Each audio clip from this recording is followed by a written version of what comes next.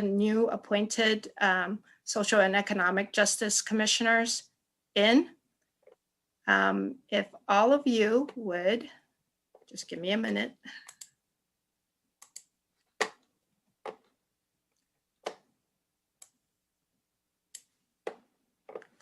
Yeah, and congratulations on your appointments. A reminder that when I ask you to state your name, please state your name one at a time, alphabetical order by last name. And would all the commissioners, please raise your right hand and repeat after me. I, and state your name. I, William Bainan. Oh, I'm sorry. You guys should all unmute yourself, please.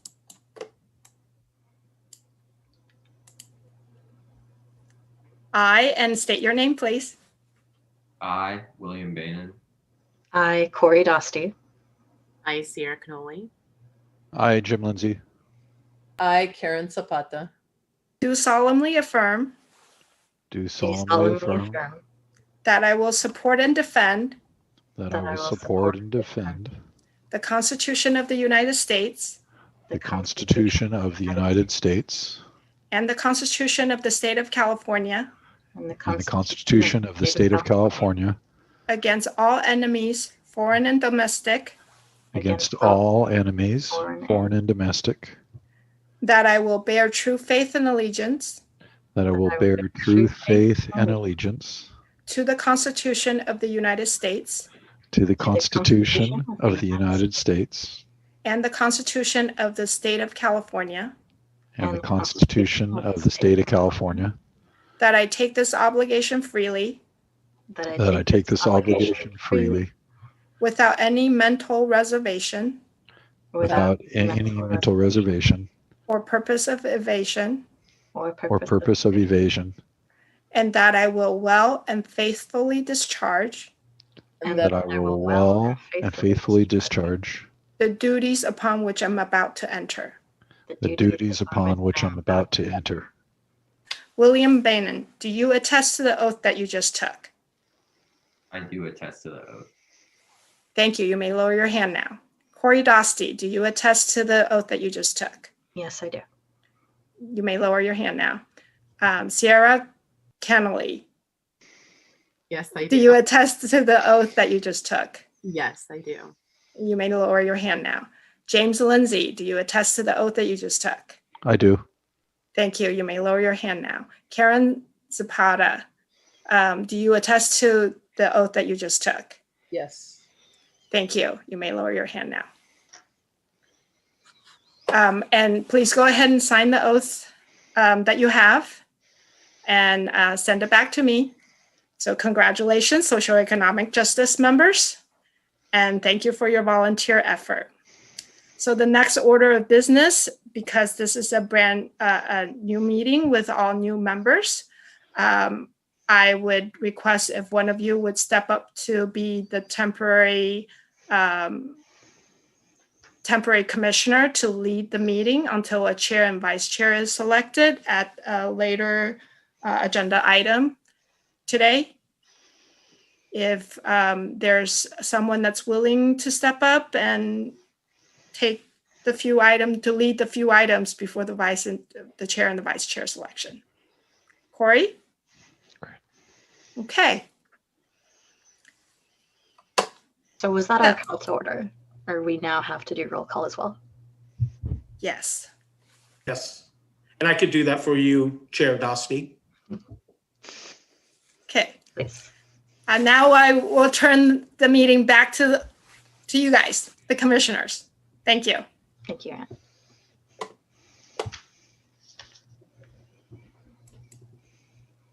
Commissioner Bainan, Here. Commissioner Grossman is excused. Commissioner Cannoli, Present. Commissioner Lindsay, Present. Commissioner Zapata, Present. and Commissioner Dostie. Present. Thank you, Sid. Any announcements from staff? Yes. I have one announcement. And thank you very much, commissioners. The City and Echo Housing will host a live Zoom webinar training for Albany tenants and property owners on Thursday, January 21st at 6 p.m. Sid, I'm sorry, there's a few items that have been skipped. Oh, The next item of order is approval of minutes. thank you. Mhm. Yes, yeah, my apologies. That was Sorry about that. my mistake. Motion to approve the minutes. We need a motion from Commission Member Lindsay.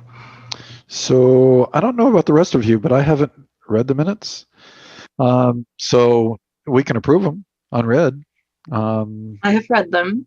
You have read them. To my recollection. Yes. Yeah, and you actually attend these, you've attended these meetings quite a bit, right? I have. Okay, good enough for me. So I move we approve the minutes. Do we have a second? I second. Moved and seconded. Any opposed? It passes without any opposition. Is that how that works? No, I'll do a roll call vote. Mhm. Please do. Commissioner Bainan, What should I say in this situation? Just like approved or aye? aye's fine. Okay, aye. Yes.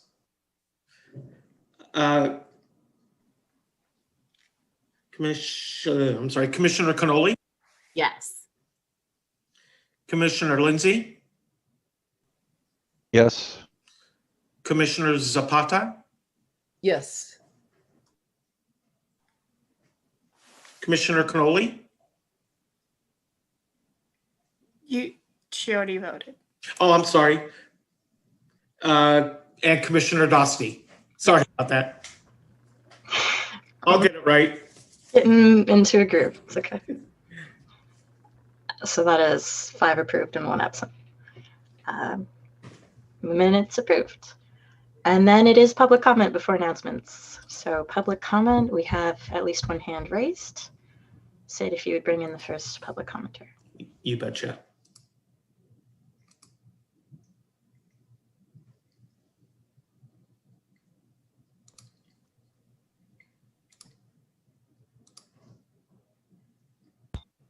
This is Jeremiah. I pledge allegiance to the flag of the United States of America and to the republic for which it stands, one nation, under God, indivisible, with liberty and justice for all. I was curious why we don't say the Pledge of Allegiance in this meeting. Also, I think we should focus on sunrise. Focus on the sunrise of the homeless task force. I think we should bring that homeless task force back in to Albany. That way, with the task force, we could at least make some policies with the city. Tonight's meeting, I did post a public notice at the post office. I got permission from the postmasters inside, both of the gentlemen. I posted it inside, and also I posted it outside on the big belly out front, one on either side. Also, just wondering why Grossman isn't here. Hopefully it's not a medical issue. It's kind of an interesting way to start without somebody not showing up. And maybe when that person comes in, they need to be sworn in as well in the next meeting. I've applied for the Social and Economic Justice Commission myself. I guess I was not appointed by anybody yet. The school board still gets to appoint a member at large. Thank you for explaining that to me the other night, Corey Dotsey. One reason why I would be a good member on this committee is I've been in Albany for over 20 years. I've been following along with Nicole Anderson and all her meetings for the past, 6 months. You know, and another point of interest is we got to bring showers to Albany. I don't know if you're aware, but little old just Jeremiah, just one person, was able to bring a shower trailer to Albany on Solano Avenue. And I don't see why the city, with all their staff and all their city managers and all their budget, couldn't successfully bring a shower. It's almost been 1 year since there's been no shower in Albany. And I was able to network and bring a shower to Albany, one person. So one person can make a difference. And if I could do it, why can't the city do it? You know? So I have resources for that as well.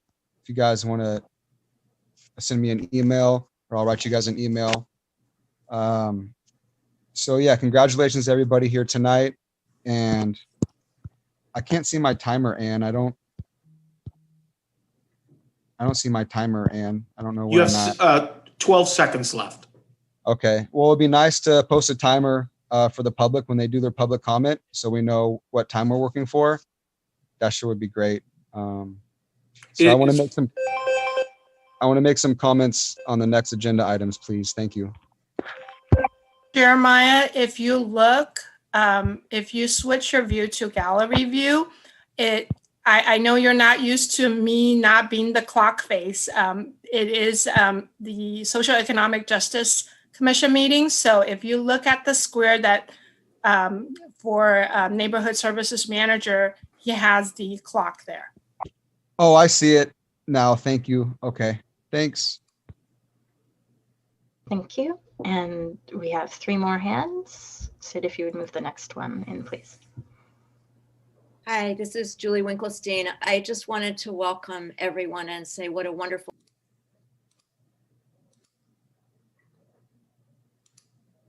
You cut out. Possible connection issue. Julie, are you still there? You have Margie on now.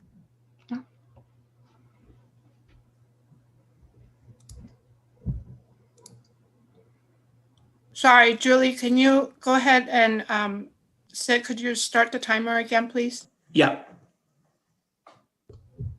Okay, is that better? Yes, Yeah. we can hear you now. Okay, good. I just wanted to congratulate everyone and say thank you so much for being on SEJC. And it's just a pleasure to look at all of you on my screen, and it makes me really, really happy. So thank you very much. Thank you. And next, Sid, please.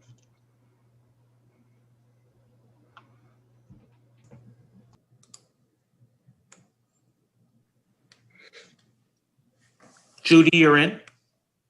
Hello, SEJC 2021-22. I'm very happy to see your faces and to know that you are working closely and in strong alliance with the city.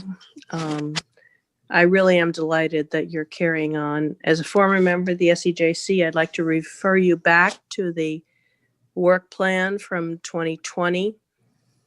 We were working in a coordinated way with the city on racial and economic justice, and there is very much work to be done going forward. I commend you in your courage to take this on, and I want to offer my support in any way that could be helpful to all of you. So thank you for your work. Thank you, Judy. And next, Sid, please.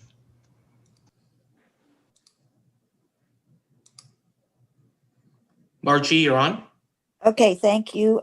This is Margie Marks.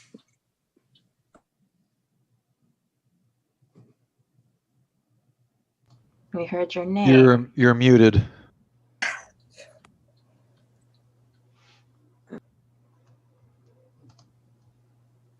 Yes, you maybe hit mute on yourself. Okay, I'm sorry. Anyway, I was a former commission member too, so you're hearing from 2 of us, but I'm really delighted to see all these fresh new faces on the SEJC. One thing I was very disappointed when I looked at your agenda was that there was nothing on the agenda about what the work of the SEJC for the last 6 months has been, which has been, equity in Albany, talking about housing and business, education and youth, and policing.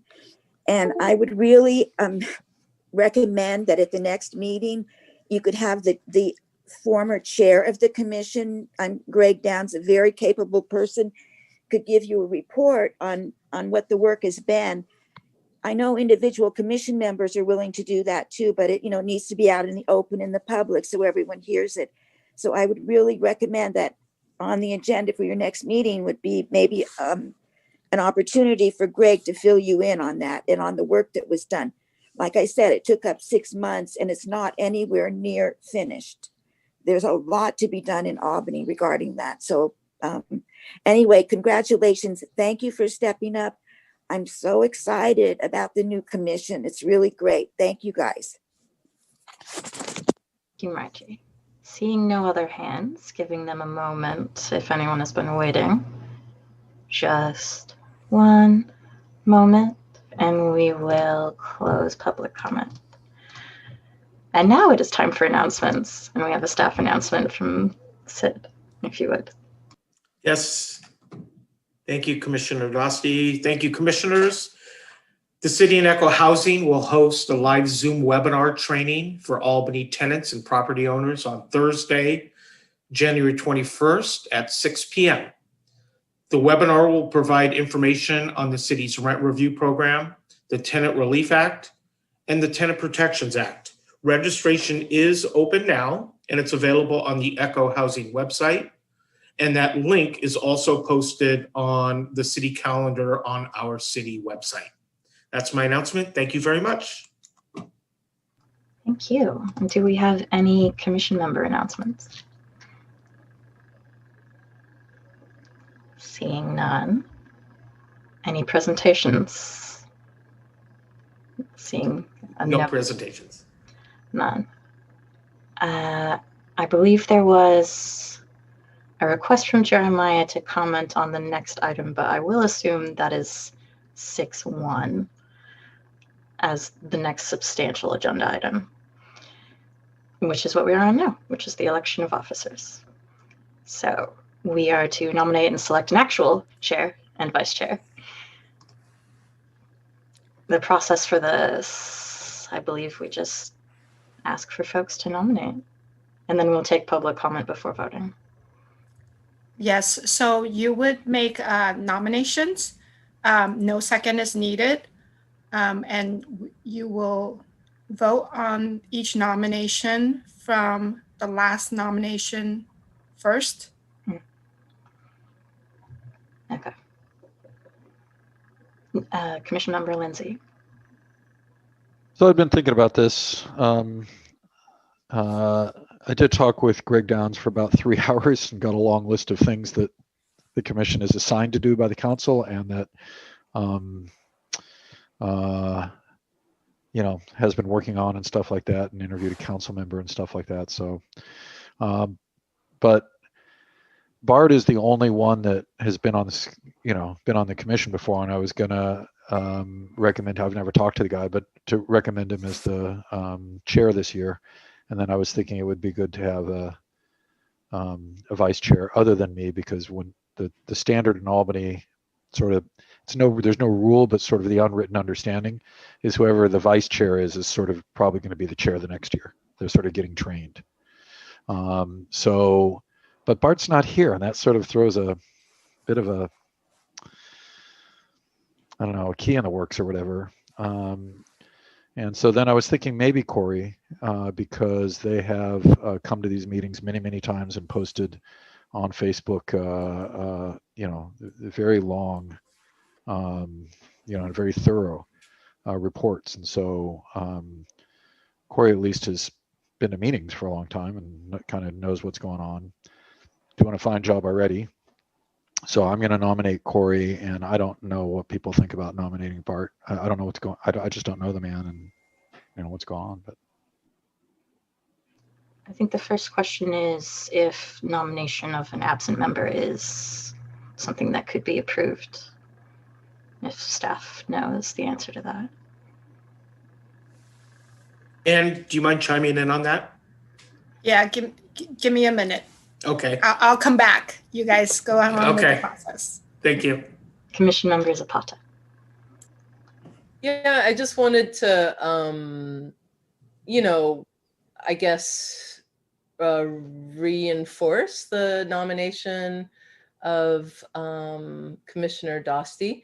I guess I think the idea that we're a new group of people is, I think, exciting, and I think it's a good idea to bring in new leadership as well. I mean, so I wonder if the commissioner that was on this exact commission previously might want to be vice, whatever, I forgot the terminology, but you know, I also think you know, perhaps leading with us new folks is okay. So that's just some thoughts. I appreciate you stepping up, though, Commissioner Dostie, and I want to support your leadership. Okay, I'm getting back to you guys on the question. Yes, you may nominate somebody who's absent. You can vote on it. But just bear in mind, the person has the choice when he comes back to decline from that position or accept the position. Thank you, Anne. I would also ask, and maybe should have at the beginning, if we could get a description of what the responsibilities are of the chair and vice chair, other than I know the chair facilitates the meeting, which is the part I'm most comfortable with, but emails or other responsibilities, are there other things? I believe that's in the handbook. I'm not sure if you've had a chance to look at the handbook. Not. Commissioner Lindsay? So typically, and I would hope, typically the chair, along with the with whoever the staff liaison is, set the agenda, and that's a major responsibility. And one of the things we need to discuss about that can be a point of trouble for commissioners and can cause a lot of hard feelings and a lot of issues is there needs to be real clarity about exactly how people get stuff on an agenda. But classically, you would send an email to the chair and to the staff liaison, but at least the chair. And so I'd like such and such to be on the agenda. And then the chair and the staff liaison together, they get together and look at all the requests and what the work is to be done and agendize stuff. And as a commissioner, you got to be patient. Some of these meetings go really, really long and somebody wants to talk about something, you know, and it just may not happen that night, you know. You just may run out of time, and also stuff has to be on your work plan. You know, you can't just go off and do whatever you want and talk about whatever you want necessarily. It's supposed to be on your work plan. Although we can talk about, you know, can there be a brief discussion of an item that's not on the work plan? But technically, the answer is no. But you know, that's a tricky question too. So anyway. That's the other big one that comes to mind.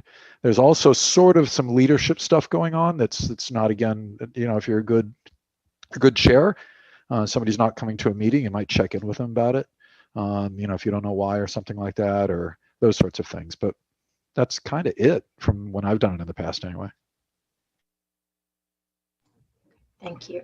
I was nervous about needing to be responding to emails all the time, because that is something I fall out of, but okay. I also want to say I believe that self-nomination is perfectly viable, if that's correct. Yes. So if anyone else, are there any other nominations at this point? Including for vice chair. Oh, I was waiting on vice chair till we picked a chair, but. Okay. We will finish nominations for chair, take public comment, vote on chair, and then move on to vice chair. Does that sound correct? Okay. Any other nominations for chair then? I would like to nominate Commissioner Dostie. Yes, I definitely think that you'd be great. I've been nominated 3 times. Thank you. Any other nominations? Okay, we will go to public comment before we take a vote. We have 2 hands currently. Sid, if you would bring the first in. Hey, this is Jeremiah. So what I would do is I would table this for the next meeting, considering you don't have 2 of the total out of 7. You only have 5 here. You have Mr. Grossman, which is absent, and there's still 1 member at large, and that 1 member at large is not chosen yet. Therefore, does not even have a right, or doesn't even have a way to be included in the nominations. So I think that's unfair to 2 people. They don't get their vote. So I would just table this to the next meeting. That way, everybody's involved and everybody gets a say. Everybody gets to vote. I mean, that would be the fair thing to do. That's what I would do. I would table this to the next meeting. That way everybody gets a chance to vote. You got all the members in attendance and everything's good communication. That way nothing's lost. That's what I would do. I would just table this till the next meeting. I mean, I don't know, you could check with Ann or city staff if that's a possibility. But that's what I would do to be fair on everybody. I mean, other than that, of course, I would also nominate Corey Dotsie as well. She's up for the role. But I should think that you guys, this is all about social and economic justice. Well, social justice would be to be fair socially, to where the absent members get a chance to vote. And there's 1 member missing that's at large. And that person, if you vote this meeting, it's a done deal, that's a wrap. And that person doesn't even get a chance to be nominated. I mean, you guys don't even know who that person is. The school board's supposed to pick it, right? So, I mean, I've attended these meetings, social and economic justice meetings, for years. I think in the past couple of years, I may have missed 1 or 2, but I definitely know what's going on with these meetings and what social and economics is just up to. So I would just table this for the next meeting, meaning no disrespect to anybody. I just think that's the fair and right thing to do. That way, Mr. Grossman gets a vote and the person at large actually could be nominated. I mean, we don't even know who that person is. So that's pretty much what I would do. So please consider that. Thank you, Jeremiah. And we have 1 more hand at this time. Sid, if you would.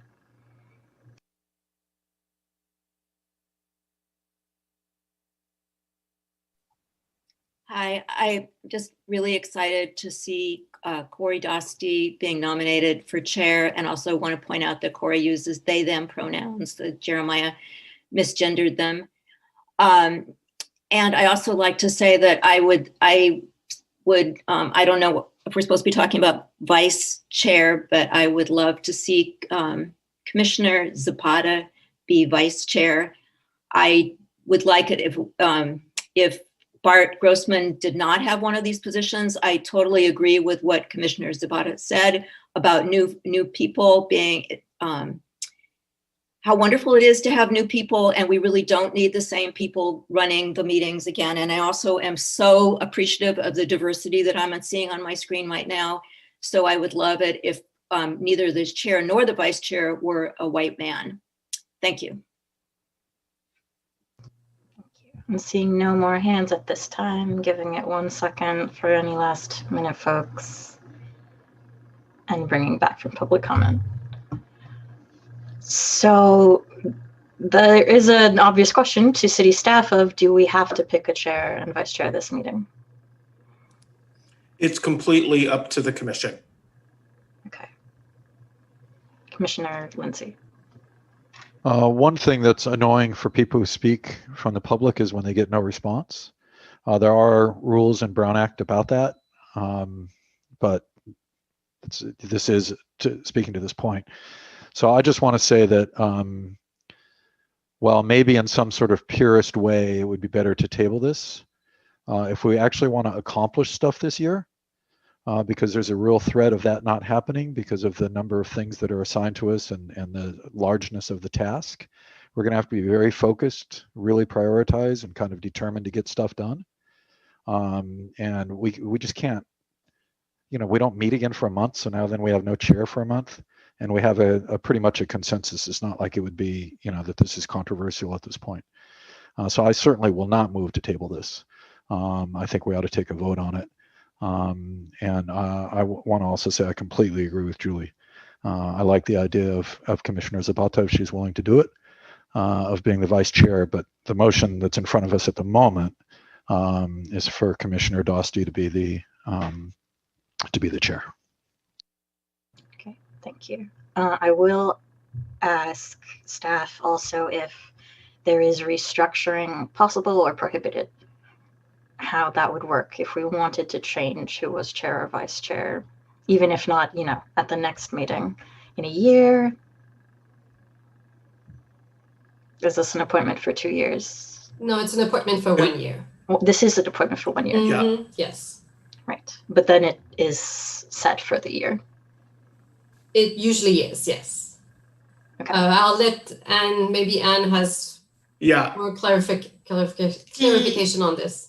The commission, the appointment to be the commission, to be on SCJC is for a 2-year term, but the role to be chair or vice chair is for 1 year. Right. Commissioner Lindsay. If for some reason that person didn't want to be chair anymore, they could resign and we would deal with it. Yes. Or if the person was misbehaving in some way or just really doing a bad job, maybe they weren't showing up to meetings or whatever, they weren't following instructions that are just like basic stuff, then you might actually put in a motion and, remove the chair and put somebody else in, but it's very rare, and shouldn't be necessary. But we could if we wanted to. Like if for some reason, we really wanted to change next week to somebody else or whatever, we could do that. But it's usually you just want to get on with business, Okay. Commissioner Zapata. Yeah, I just wanted to get clarification. If we were to make a decision to wait for a month, who would do the job of that Commissioner Lindsay described of getting the agenda together, and I can't remember what else there, it sounded like there was another task, but who would do that? I'm asking the staff.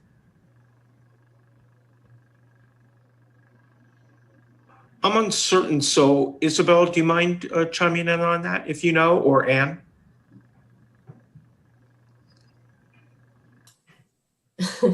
I'm not sure exactly either, to tell you the truth, because usually we just move on with the election of chair and vice chair, and it can always be changed. If midway or 3 months down the line there's a need, or there's a need to change, we can agendize the item again, and the commission can choose to nominate a new chair or vice chair at any time in the next year. It's not set in stone. It's a preferred method just because there's continuity for the commission and for the role. But if you wish to change at any time, you can do that. Thank you very much. And to answer, and I just wanted to also answer, and as far we work with the staff liaison will work with the chair of the commission on future agenda items. So if you decided not to select a chair this evening, you could either, say that, Commissioner Dosti will work in the interim with the staff liaison. I mean, you can do it, I would think, in different ways. Either way, I think. Great, thank you. Commissioner Lindsay, did you have something to add? Yeah, I request that we vote on this. All right, we're moving to a vote. Sid, we have one nomination. We are voting to confirm. Sid, you're muted. Thank you. Commissioner Lindsay, was that a motion? I already made a motion. Okay. And did somebody second it? I don't believe so. Actually, There's yeah. no second necessary. You don't Oh, need that's a right. That's second. right. There's no second for this one. Mhm. Okay. So I was just requesting that we go to the vote. That's all I was asking. Okay. If you would call the vote, please. You betcha. Commissioner Bainan, Yes.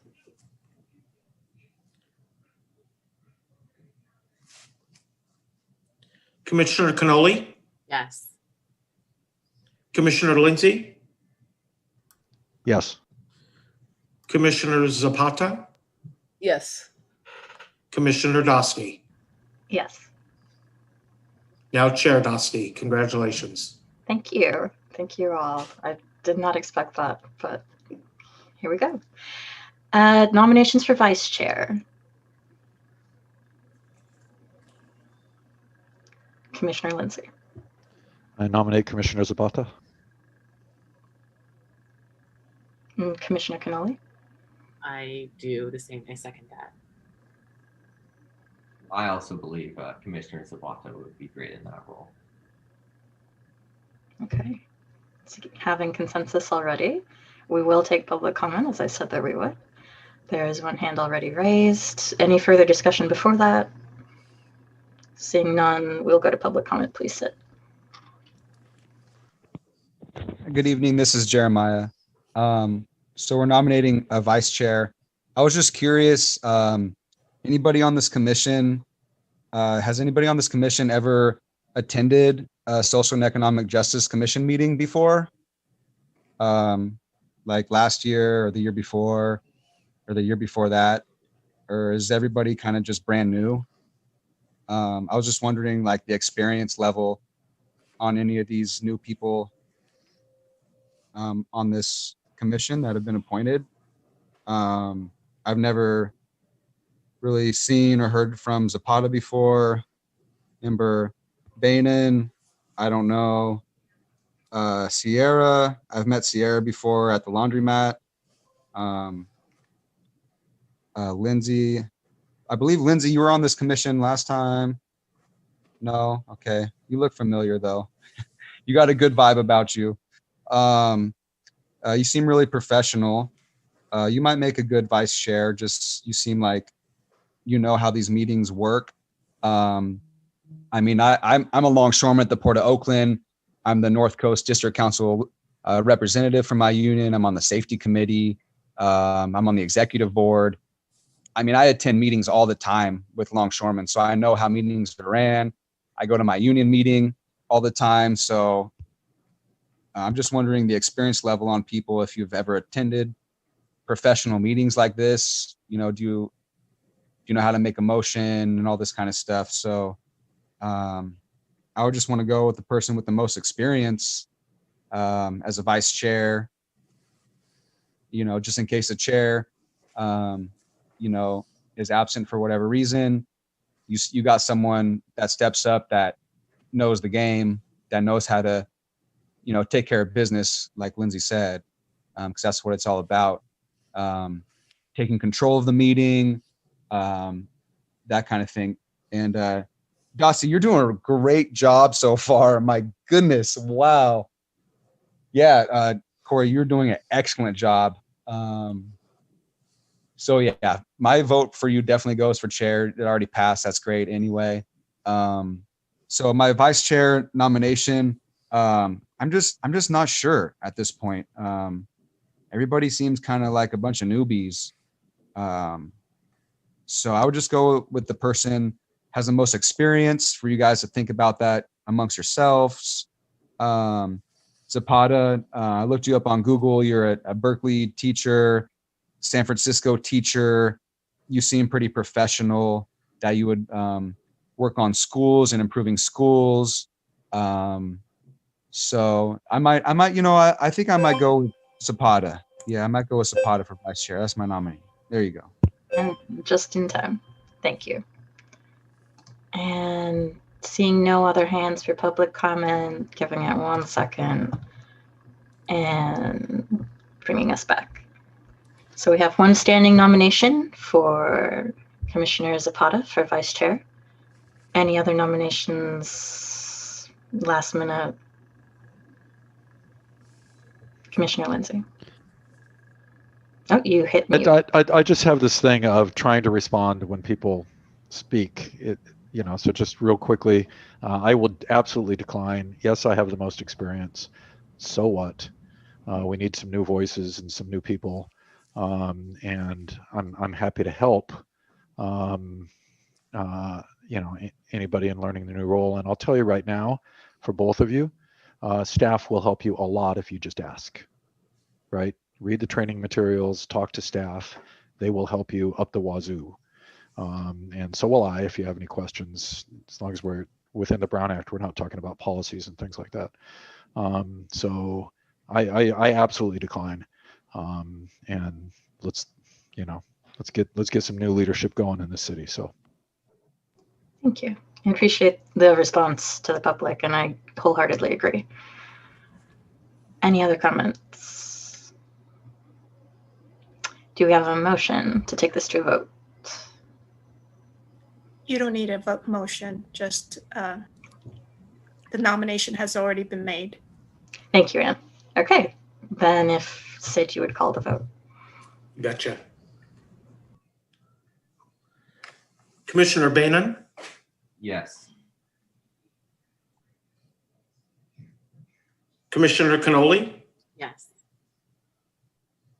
Commissioner Lindsay, Yes. Commissioner Zapata, Yes. Chair Dostie. Unmute. Yes. And congratulations, Vice Chair Zapata. Thank you. That concludes Agenda 6.1. Moving on to 6.2, the selection of 2 commissioners to serve on the subcommittee to review applications submitted for the Community Task Force on Policing.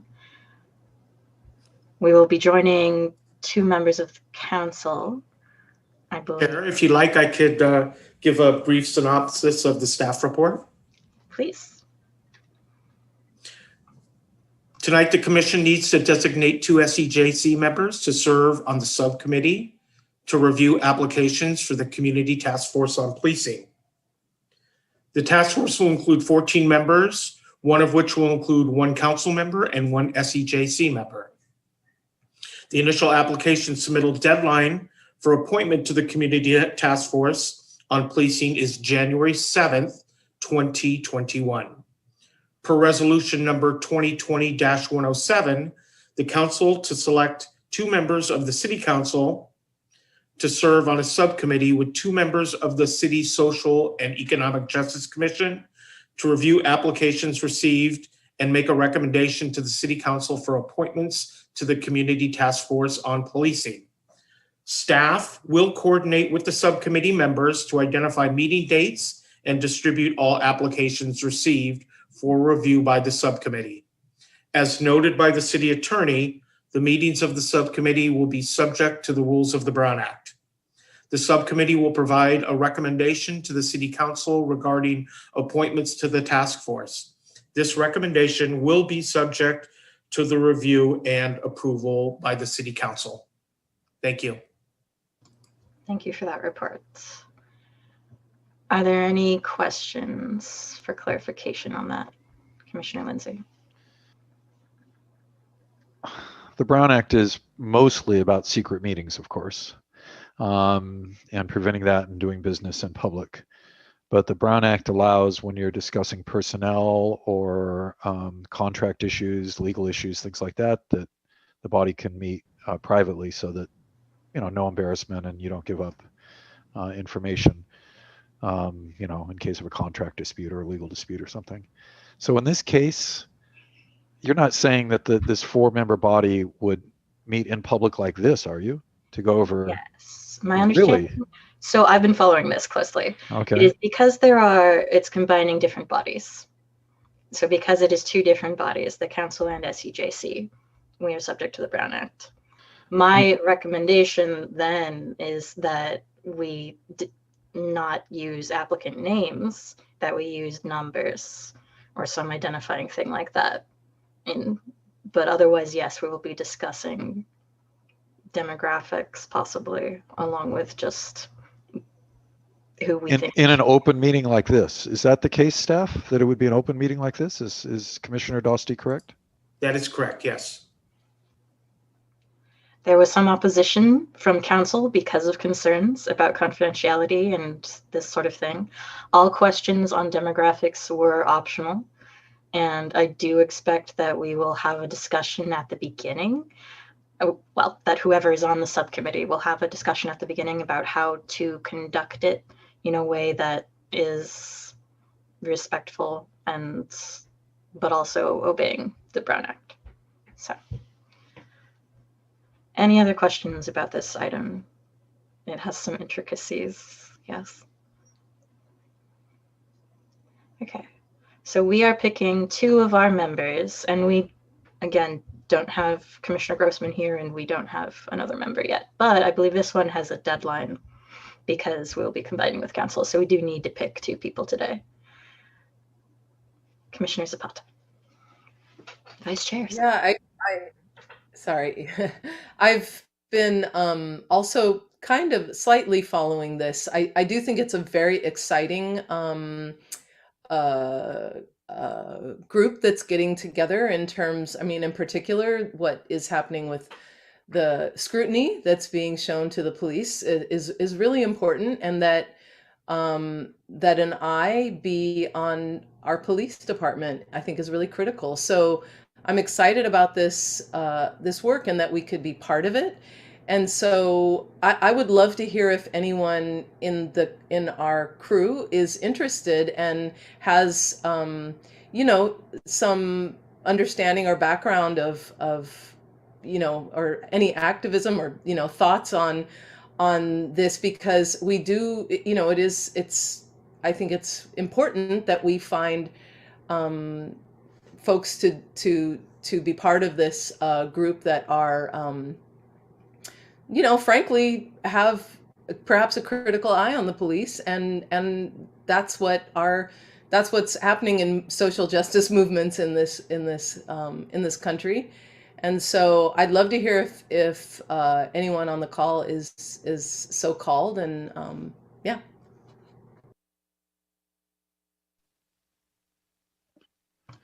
Commissioner Lindsay. I was going to make a similar suggestion, which is, could people just indicate their interest? Would they be interested in serving on the committee, serving on the commission? If they're going to serve on the commission, it's a little awkward if they are one of the, I don't know. That's an interesting question. Would we want them to be on the subcommittee and serve on the commission? There's something seems funny there. And then who is willing to or interested in serving on the committee to review the applications? I'd rather not, just because I'm very, very strapped for time. It's been a very long day, and I've got stuff to grade and lesson plans to make, and it's, you know, 8:20 already. So I'd rather not, just because of time. My interest is there, but I actually applied for that commission also. I think it's really critical, and it's an opportunity to make change that might go away if we don't watch out. So I completely agree with Commissioner Zapata. I just don't have the time. So, you know, I'm wondering who has the time and interest of the 5 of us, and if anybody knows Bart well enough to know if he's interested, maybe, you know, I don't know. I don't know him at all. I've never spoken with him, so. I will just clarify first that this is not choosing who's appointed to the task force. And I believe it is already set out in the framework of the task force that who from SCJC will be on it. It's not. No, it will be on your February agenda. Okay. The item that is most time sensitive right now is to select 2 members to review the applications along with 2 members of the City Council. Okay, thank you for that. Commissioner Cannoli. I would love to be a part of it too, because I do have strong feelings about it. However, I'm also pressed for time. I'm in the middle of graduating and I have like 3 internships. So unfortunately I can't, but I would love to. I mean, just not right now. I don't know if there is like a time frame or how long you can be on that committee. If it's like 6 months or I don't know. Right. So this is the subcommittee to review applications for who will be on the task force. So we're picking members of the public who will be on the task force on policing. So it should be short term. It should be like 1 or 2 meetings, hopefully. Okay. And staff will work with the committee members to schedule the meeting when it's convenient for all 4 members. Commissioner Zapata. So it sounds like if you were to choose, the more simple one would be to choose people to be on the committee, and then the heavier lift, which is not decided until February, is to actually serve on that committee. And sorry, you probably just answered this, but it sounds like people can. Oh, sorry, you did. You addressed this, Commissioner Lindsay. So I don't know. I mean, I guess people that want to do a lightweight one, maybe this one would be good. So is there anyone that wants to do that?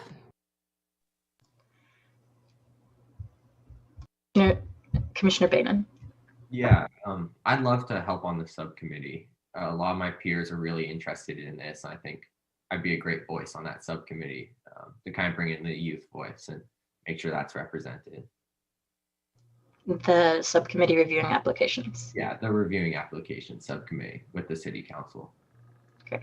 So it seems like we're all interested. Okay. I'm sorry. Vice Chair Zapata. I'm not interested in the choosing, the one that we're working on tonight.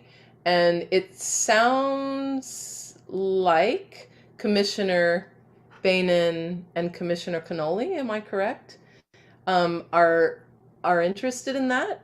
And I would like to move that the two of them, I hope I'm doing this correctly, that the two of them are appointed to what we have in front of us. Thank you. Yes, I meant we were all interested in the topic, but I believe you're correct. Commissioner Lindsay. Commissioner Cannoli, can you clarify if you feel like you have the time? I'm guessing it will be a single meeting because the time is ticking and recommendations have to be made. So that would be my gut, is it'll be a single meeting. Maybe staff could say if I have my head wrong on that. But you said you're really, really busy right now. So are you in a life position where you can do like this extra meeting? I can try and fit it in my schedule. I will be more than happy to do it. Yeah, I'll be more than happy to do it. Yeah. Then the motion stands. I believe we will take public comment before voting on it. Do we need a second on this one? No. Okay. We will move to public comment unless there is last minute further discussion. Okay. If you would move public comment in, please.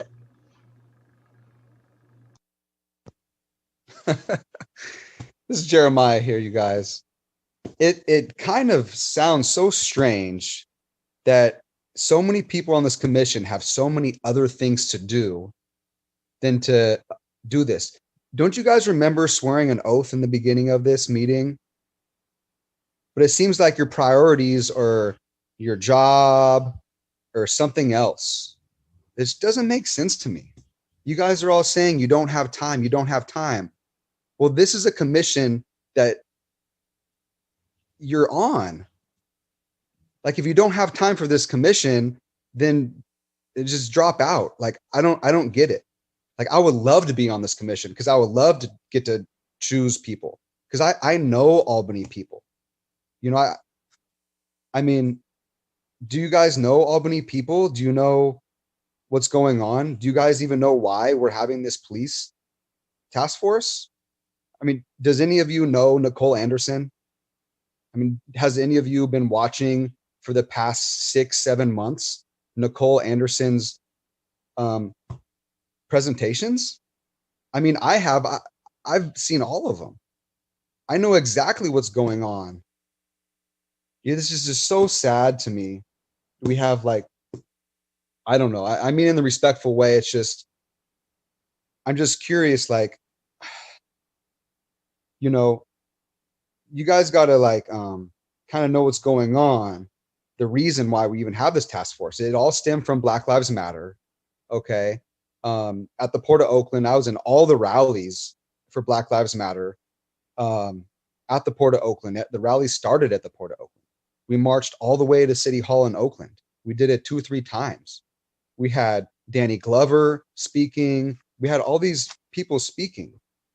So that's why, you guys, we're having this task force. It all stems from Black Lives Matter, okay? And something needs to change with the Albany Police Department. You know, they need coaching. Something needs to happen, right? The you know, institutional racism, equity, you know, equality. I mean, I've been there this whole time, this whole past year. And it seems like you guys don't have the time to do this. You got papers to grade. I mean, are you guys ready to be on this commission? I mean, it sounds like you guys got other things going on in your life. I mean, I'm at the stage in my life right now where I'm on disability for a year. I go back to work next September. So I've got all the time in the world on my hands right now. And I love volunteering for the city. I would love to step up to all these things. And it's just kind of sad that you guys, oh, well, I have other things to do. Well, maybe I'll do this. Come on, guys. This is the city of Albany. And that's I your time. graduated Albany High School in 2001 with a 3.73 overall GPA. I was a quarterback of the Your football time. team, wrestled, played baseball. You're All out of right, time thanks, now. Corey. Thank you. All right. Okay, and we have another member with their hand up. Sid, if you would. Member of the public, rather. Hi, it's Julie again. I was going to suggest Corey, I mean Chair Dostie and Commissioner Cannoli, but I like this. I think this is, I'm excited about these two nominations. I think both of you have the potential to really make a difference and speak up and represent. I don't know. I really appreciate that you're interested, and I'm glad that you were nominated, and I hope that it goes through. And then I have a question. Can people on SEJC or any commission, city commission, be on the policing task force? Is that they can cross over? So for instance, Commissioner Zapata or Chair Dostie could be on the task force even even though you're on SEGC. I just don't know the rules about that. So I was wondering if somebody could clarify that for me. Thank you. I believe there's one that is definitely selected by the SEJC, and then I would need to yield to Anne if others can participate based on applying. Anne, can you help me there? I'm sorry, what was the question? We know that we're going to, or Chair Dostie, would you like to paraphrase that? Sure. So SEJC will be appointing somebody to the task force. Would other members be able to apply and serve?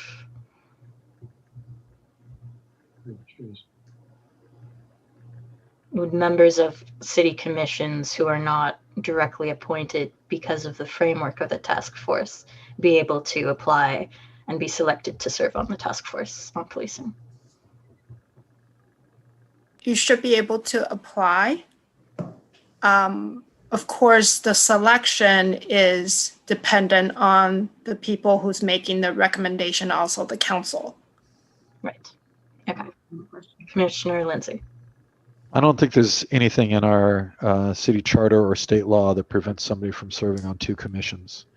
However, council is usually reluctant to assign somebody to two commissions so that you can completely focus on the one you're on.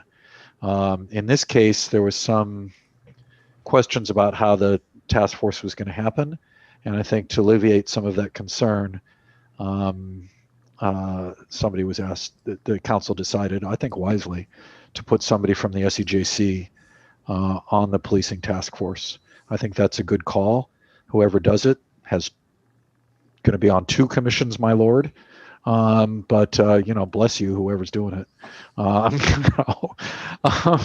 So yes, I think the answer is yes, you could be, but my gut would be that the council would probably not put you on if you weren't the SEJC. You know, put one of us on if we weren't, because we're already on SEJC, right? And there are other people that aren't on any commissions. You know, it's unusual anyway, in my experience. I will also double check with the city attorney and get back to you guys. Okay, thank you, Anne. Let's see. So we have a motion. I will respond to Julie and say that while I am very interested, I did not voice that interest because I would love for other people to be involved in selecting this. I was involved in the developing the questionnaire, the application. So I think that other people reviewing folks' answers to that application sounds great. I would just, urge that, of course, we're looking for diversity, and especially for folks most affected by policing and bias in policing. So that includes one identity that I have brought up is Sikh folks get misprofiled as Muslim, but because of that, suffer police brutality despite not being Muslim. So those sorts of things. That is my only input on that. And with that, I'm very happy to not try to nominate myself for anything. So we have 2 nominations. I believe we go in reverse order. Do we remember who was nominated second? Commissioner Lindsay? There are 2 spots open and 2 nominations, so I would suggest we just vote on the 2 nominations at the same time, if that's okay with people. Does that work procedurally? Mhm. It does, okay. Then yes. Motion we don't need because it's nominations. So if you would call the vote, Sid. Sure. Commissioner Bainan, Yes. Commissioner Cannoli, Yes. Commissioner Lindsay, Yes. Vice Chair Zapata, Yes. and Chair Dosty. Yes. Great. Congratulations, Commissioners Bainan and Cannoli. And good luck with finding a timing slot. With that, we move to 6.3, review of commission work plan. Do we have a present, like an overview synopsis? Yes. Yes, if I may. So this item is a review by the Commission of the current SCJC work plan, which covers the period of July 2019 through June 2021. To provide assistance with the review, staff has outlined some of the most significant accomplishments, and you'll see that in the second link to the item. Over the next couple of months, the SCJC will develop a new work plan for the 2-year term starting in July 2021, and focused on, like the current one, will be focused on furthering the strategic plan goals identified by the City Council and for review and approval by the City Council. So tonight's review is meant to be a status update on the current plan and to provide some broad information on tasks accomplished so far. Working with the chair in the next few months will bring to the commission more detailed information on each of the items that need to be continued. So this is meant to be a broad overview, and because there are we have a brand new commission, we thought this would be a suitable item as for your first meeting. Great, thank you. So we're available to answer questions if you have any.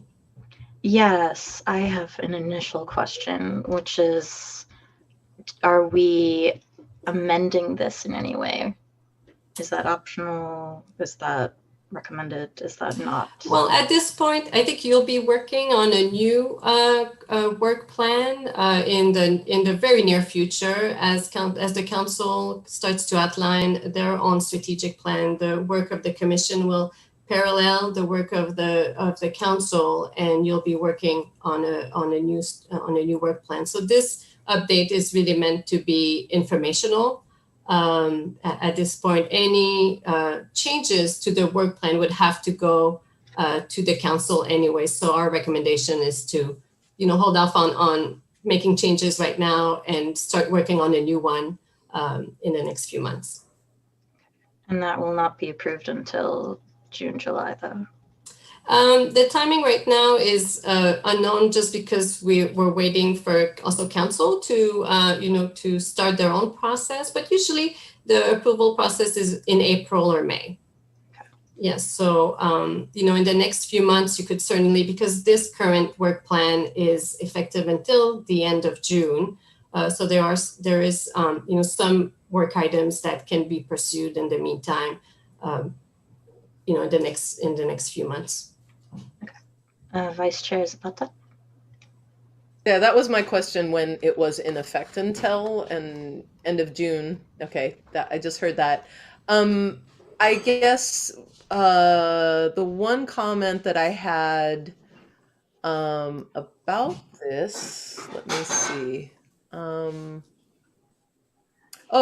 It was someone during public comment had suggested the former chair just coming and giving an update, and I thought that was actually a great idea in terms. I personally was on a couple of the meetings where there were some consultants that came in and did some work with SCJC, and I'm curious. I don't know where things stand with that. I had my own opinions about it, but I'm really curious about where that process, it seemed like a fairly detailed process. And so I'm curious where that process is, and if that's part of what is on our plates. So I guess two questions I have. Number one, is it possible, are folks here interested in having a former chair come and publicly have this conversation or update, and maybe just question and answer, or highlights or something like that? And then the second one is specifically about the folks that were consulting with this body, and perhaps they already ended that, but I'd love to hear that.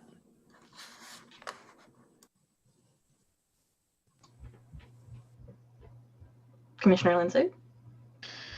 Yeah, I'm out smoking in case you guys haven't figured that out yet. But I actually am a little annoyed by the idea that we're not going to change the work plan until June or July, to tell the truth. So any commission can request at any time an amendment to the work plan, to a work plan. And I think if we're going to make this our commission doing the work that we're interested in doing, that we should do that sooner rather than later. And so I would respectfully suggest, other than the things that have been specifically assigned to this body, which needs to be pretty high priority, when council says do X, you kind of need to say yes, because we serve at the pleasure of and to assist the council.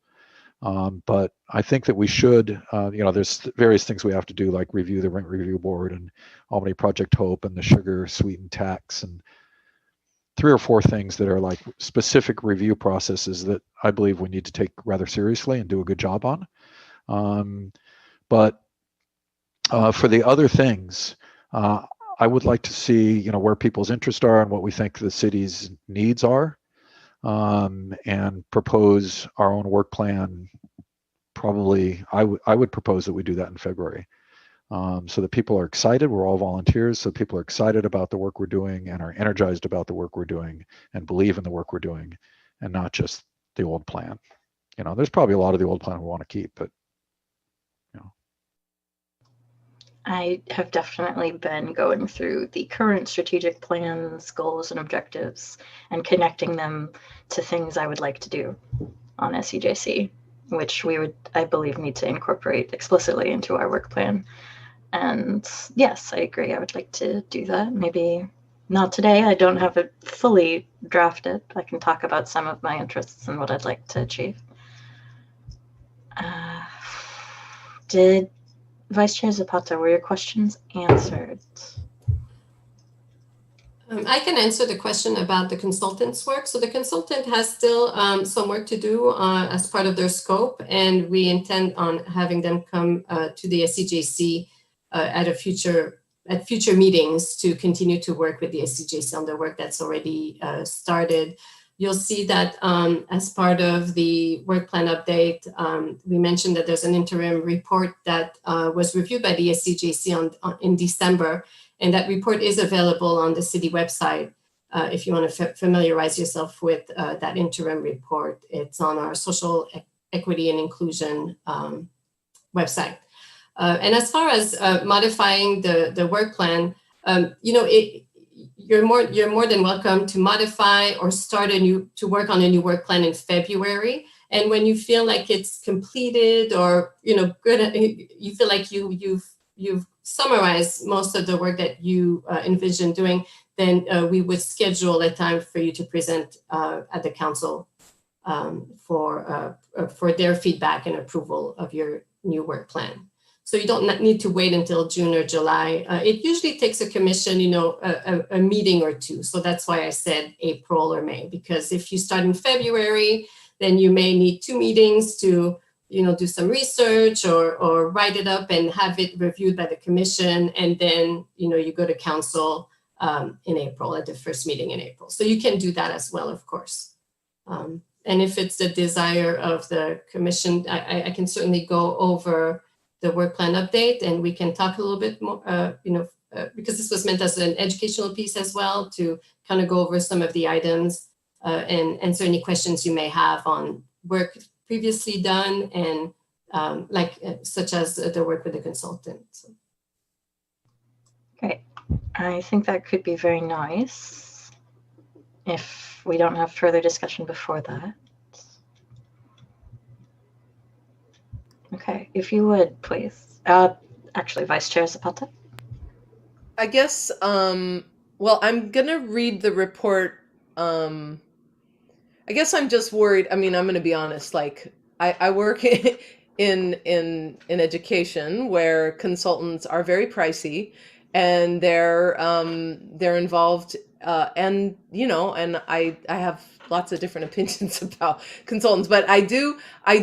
So I'm really, I guess I'm sort of concerned that we're like how these two mesh, right? We've got a work plan and we've got these consultants. And so that's, I guess that's just sort of sticking out to me. And if there's a comment about that, if it makes sense what I'm saying in terms of, it's like the dog wagging the tail or whatever, how beholden are we to previous work that's being conducted by some consultants that we perhaps are continuing or not? So I will say it is part of our charge. We were charged by the City Council with developing a racial equity plan, a racial equity impact plan. And the status of that is part of what's in the report. And the consultants are hired, I believe, until June of this year. They were hired for a 1-year plan in June of last year, June or July.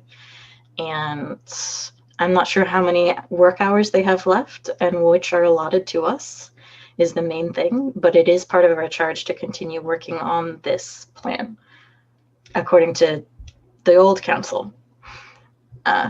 So we should proceed as if that is going to be part of our charge for now.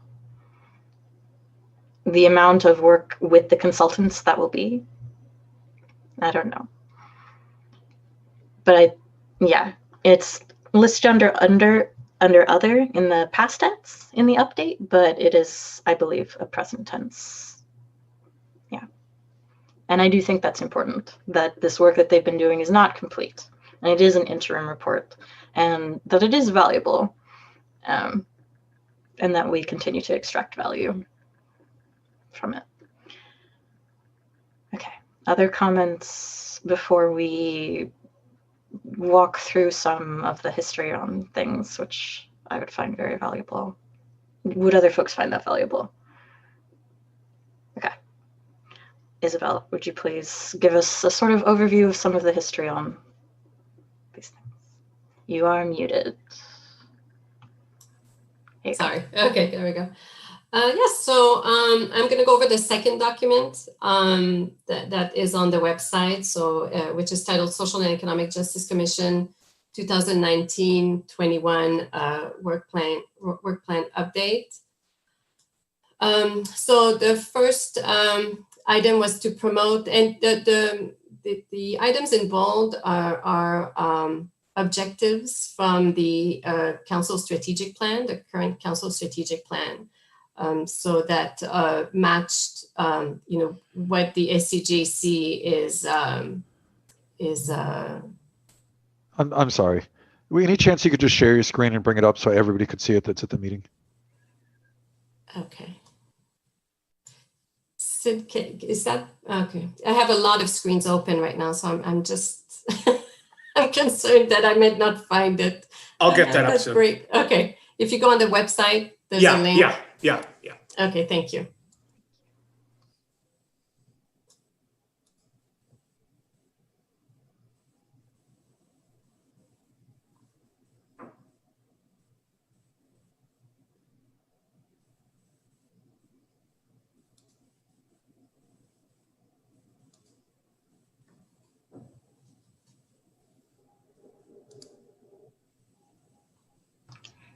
Isabel, if you would go ahead and start talking about it. Yeah, I'm sorry. Okay. So the first, on a yearly basis, approximately every year, you'll receive a presentation from community development on the housing element. So that's been an ongoing item pretty much on in the housing element. There are some tasks or associated with, of course, affordable housing and other social services programs that you'd receive an update on. There's also the rent review program. The city has a rent review ordinance, so we will be providing you with a yearly report on the program and its effectiveness. Usually that presentation comes from the city staff and our administrator, program administrator, Echo Housing. They'll also provide some information on recent state law changes as well. And that's, this year was the State Tenant Protection Act. And then there was a request late 2000, to add a housing forum that was approved by the city council, but that item was delayed due to the pandemic. So we were set to meet with the subcommittee, and but everything got delayed and pushed back due to the pandemic. So that event or that item has not moved forward as anticipated. As for items under number 2, let's interrupt you real quick, just for clarification on that one. What subcommittee, and does it still exist? It was a subcommittee of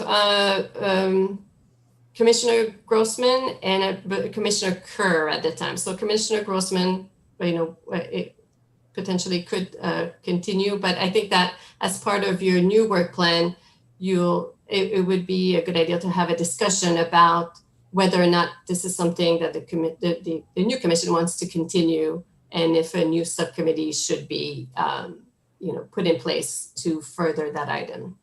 And a housing forum, is there documentation as to what that was going to look like?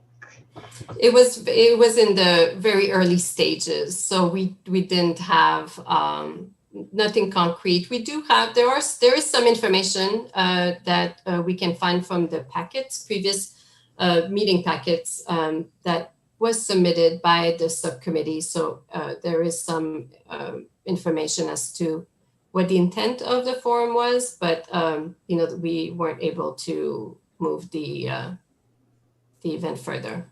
But I believe there is background information, written background information that could help. And it sounds like Commissioner Grossman might also be able to provide an overview. Yes, yes. So I wouldn't ask staff to spend hours looking for that at the moment. Yeah, so if it's easy to find, we'll provide it if requested by the commission, of course.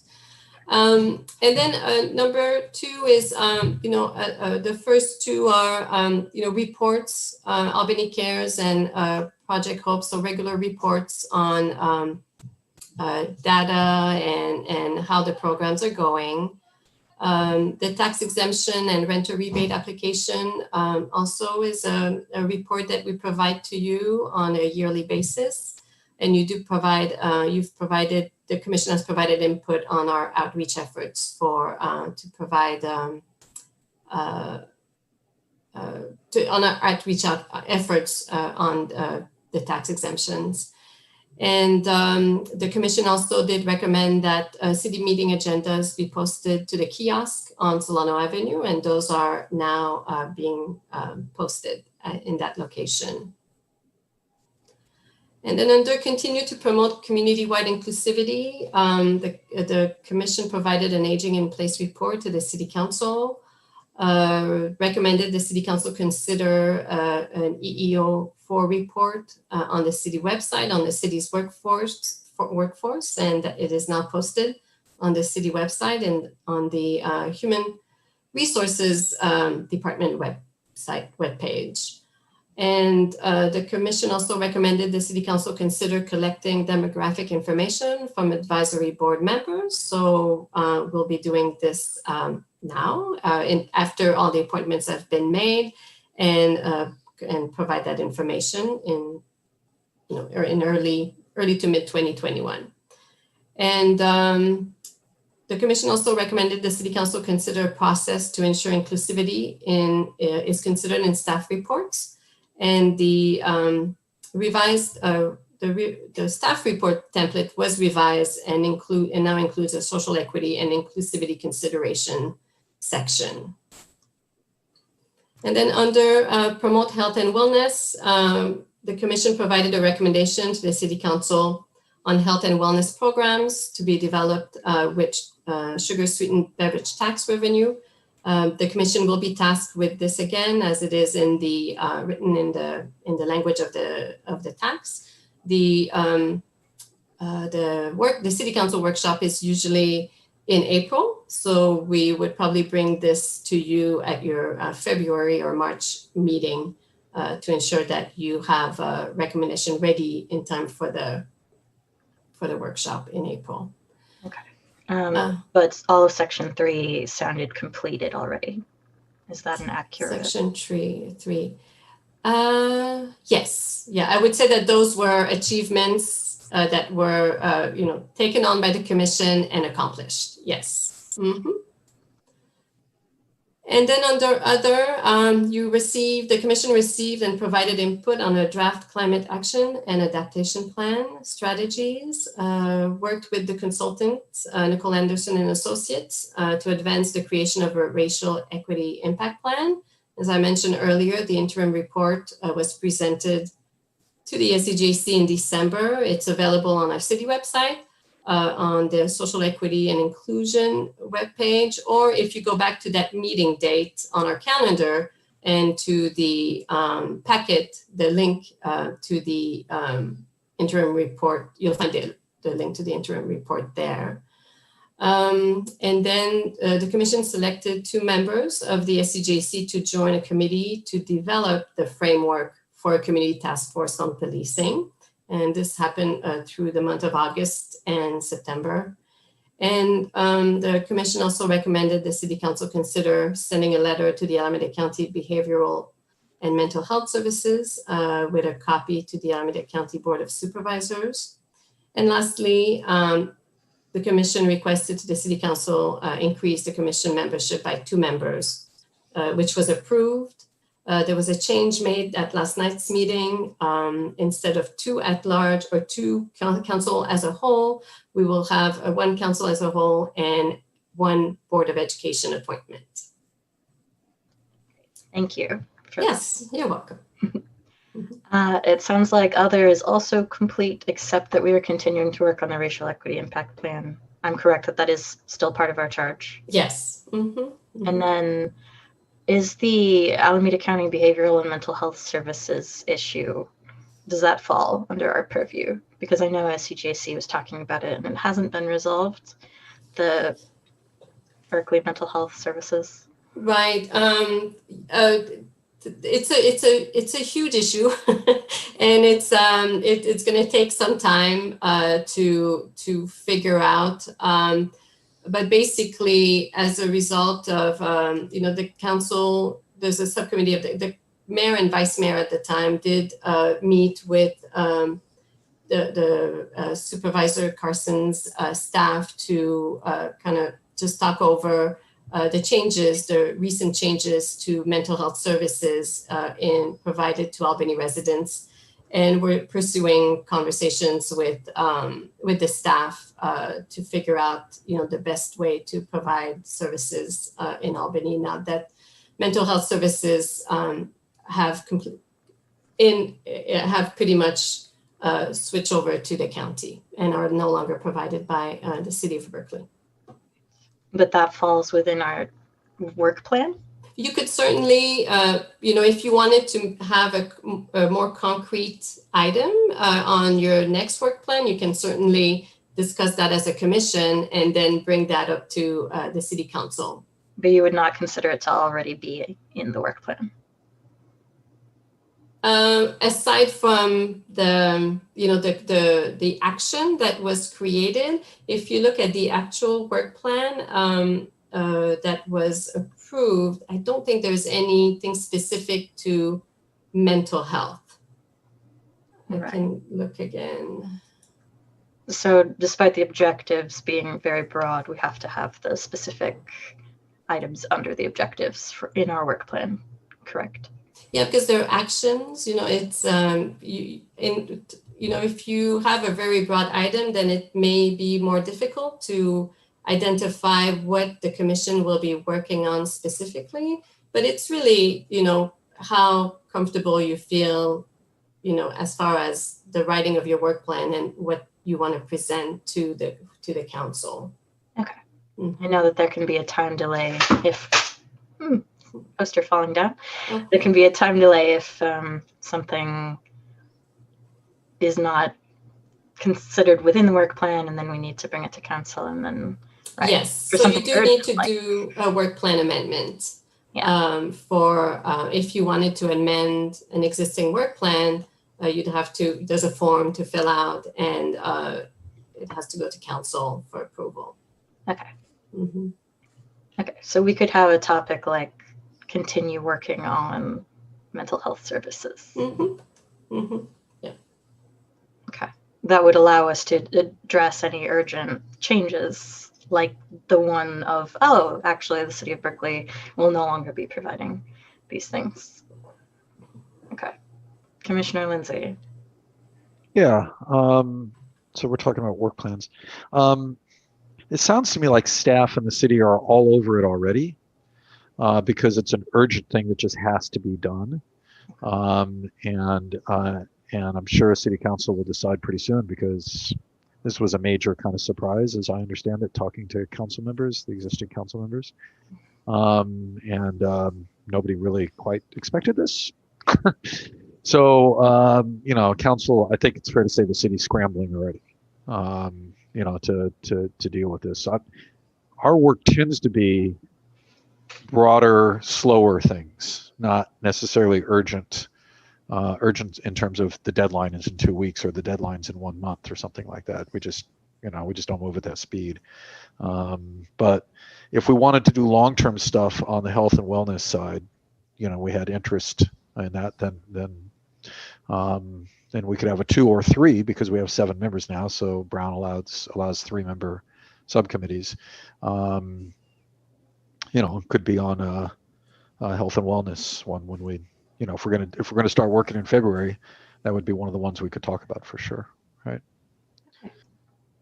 I would suggest first we'll take any more questions for Isabel and the existing documents, but then going over some of our interests so that we can think about what we want to integrate into changing a work plan next time, and then taking public comment, and then anything else on this item. So first, are there any questions, clarifications for Isabel for the existing? Yes, Commissioner Lindsay.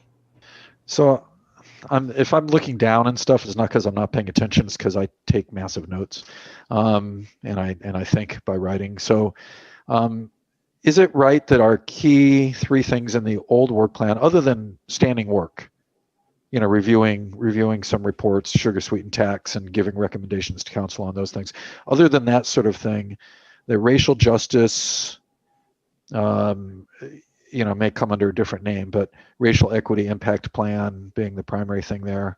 But there's confusion, as Commissioner Zapata was talking about, with what the consultant is doing and what we're doing, but whatever. That's one of the things on ours. Housing, which would include homeless, I would hope. I mean, it seems pretty obvious. And community inclusivity. Were those the key things, or is there something that I'm missing that was on the plan that the previous SEJC was working on that I'm missing? No, I think that those are probably the 3 main goals. Mm-hmm.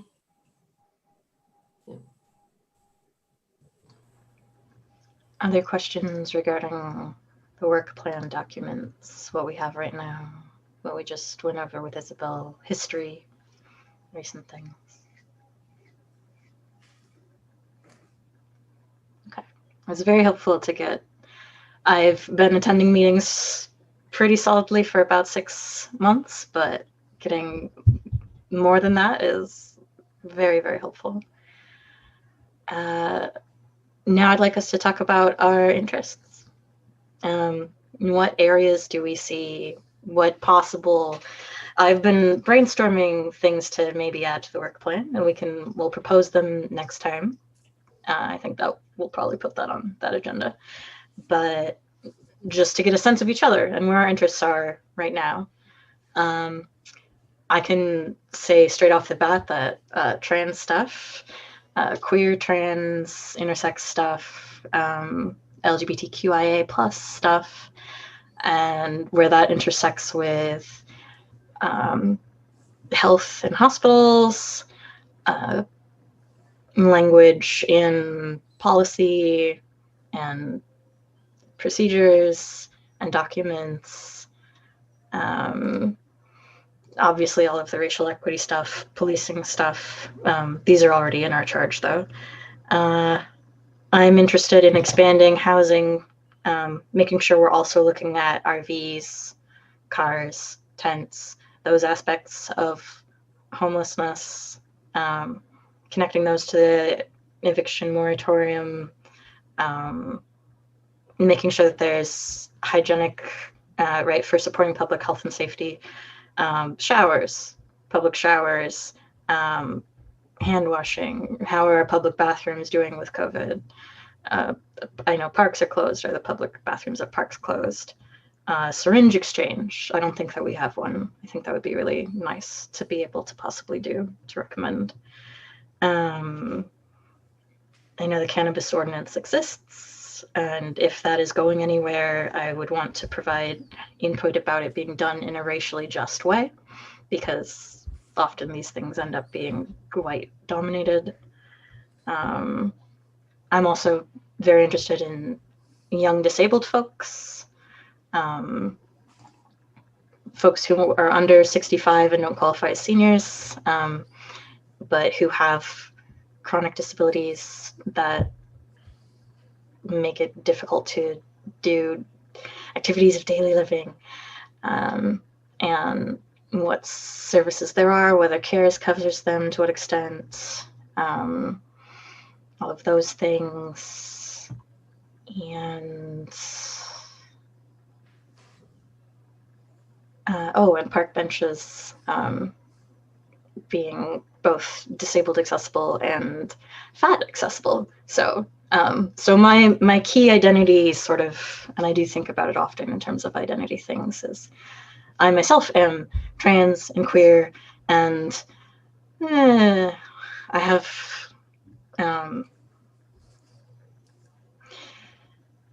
I'm interested in fat things, in fat and sizeism, and then I'm disabled and mental ill and various whatevers, and and I am talking too long and starting to do weird words. So those are my interests. Yes.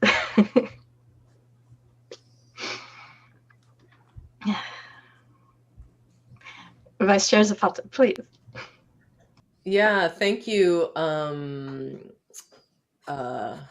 Chair Dosti. I wanted to just kind of add, and also just, I realized when I talked about the consultants, I think I was thinking of some different people. And when I just looked up Nicole Anderson, it was like, oh, those were the folks that did actually some very important work. And so anyway, I'm excited about continuing that, I think it's a very entrenched issue of racism in Albany. I was born in Albany, born and raised. And so I myself, my mom is white, my father is Latino, he's from South America. And I grew up as a sort of biracial mixed kid in Albany that really, I had some very difficult experiences in the city, and in the schools. And I actually have my 2 brown kids here in Albany, and they went to Albany schools and had a variety of experiences, both good as well as some difficult ones. And they actually aren't in Albany schools right now, not only because of a couple of experiences, but also because I teach at Berkeley High School, and it just made sense to have our calendars the same. So I am deeply interested in the way that the school district is communicating with the city, because there are, from what I understand, really difficult things that happen at the school. I know about the Instagram racist incident, and at Berkeley High we've had our own of those, but that requires a lot of work, and it requires a deep commitment on as a community. And so I'm interested. I think that I've heard that the way that the district and the city work together, perhaps that could be improved. I'm really interested in that, and so that's one thing that I will say. The other is I'm really interested in housing. I think that housing is a very concrete way we keep this a deeply segregated city. And there are literally, and I'm looking at it right now, literally documents from 1954 that say NEGRO. This is the terminology used on this form, and it says no. And this was literally written into documents about who lived in Albany. And so I think that I'm really interested in how we get Section 8 housing in Albany, and how we, it isn't just like, let's talk about this, let's get Black and brown people in Albany and living in Albany, and not just sort of, so I think that housing is a really critical area, and I would love to see us living reparations. Not just, oh, let's be an inclusive city. No, we have to make right. It's sort of like this colorblind attitude, like, oh, we just sort of, let's make it so. No, let's do right by what's been done wrong. And so I'm interested in working on what that specifically looks like. And I think that, if I've learned anything, it is a long process. And so I appreciate the long-term vision that's happening in this commission and in the city of Albany, among leadership and the consultants that are doing long-term work to articulate a plan. I appreciate. So I also, I think that's it that I'll say for now. Thank you. Commissioner Canoli. Thank you. Yes, I definitely agree with Vice Chair Zapata. I kind of wrote a couple of things down about that too. I've only been in Albany for about a year now, so I go to UC Berkeley. and I live in the University Village, and it's been a very rough road. So I definitely think I do agree with her 110%. I think that we should also include more small businesses for Black and Brown. I don't know, investing money into them coming into Albany. I think that I don't know if being in like retail chains or restaurants or something, so that we can put Black and Brown people in Albany, because I was looking at the statistics, and it's 2.7 of us, which is for Blacks, and then Hispanics and Latinos, I believe it was 12.7%. I don't know exactly, but that is a very low number. And so I definitely want to see change in that. My other interest is definitely the roads here. So the roads are not the best, so hopefully repairing them sometime soon. And there is a lot of homelessness, and it is expensive to live here. And I think affordable housing or some type of rent help or something needs to be in. A program definitely needs to come into play in Albany. I'm just doing super vague, but so I won't go on a tangent. But another one was clean up the environment. So I don't know, let's have a clean up your environment day where it's like we go. So I live in, like I said, I live in the University Village, and there's a lot of homelessness like right outside of where I live. And there's, tons of debris, tons of, it's not clean. And even by the freeways as well. And I think it's really important because we are going through a pandemic right now. And we should be cutting down on like this. Rodents will come. We can cut down on rodents. We can cut down on a lot of things. And I think that's definitely important. Let me see. And I think I touched on some of the things I wrote down, but that's what I'm kind of interested in. Thank you. We'll go with Commissioner Baiman. Yeah.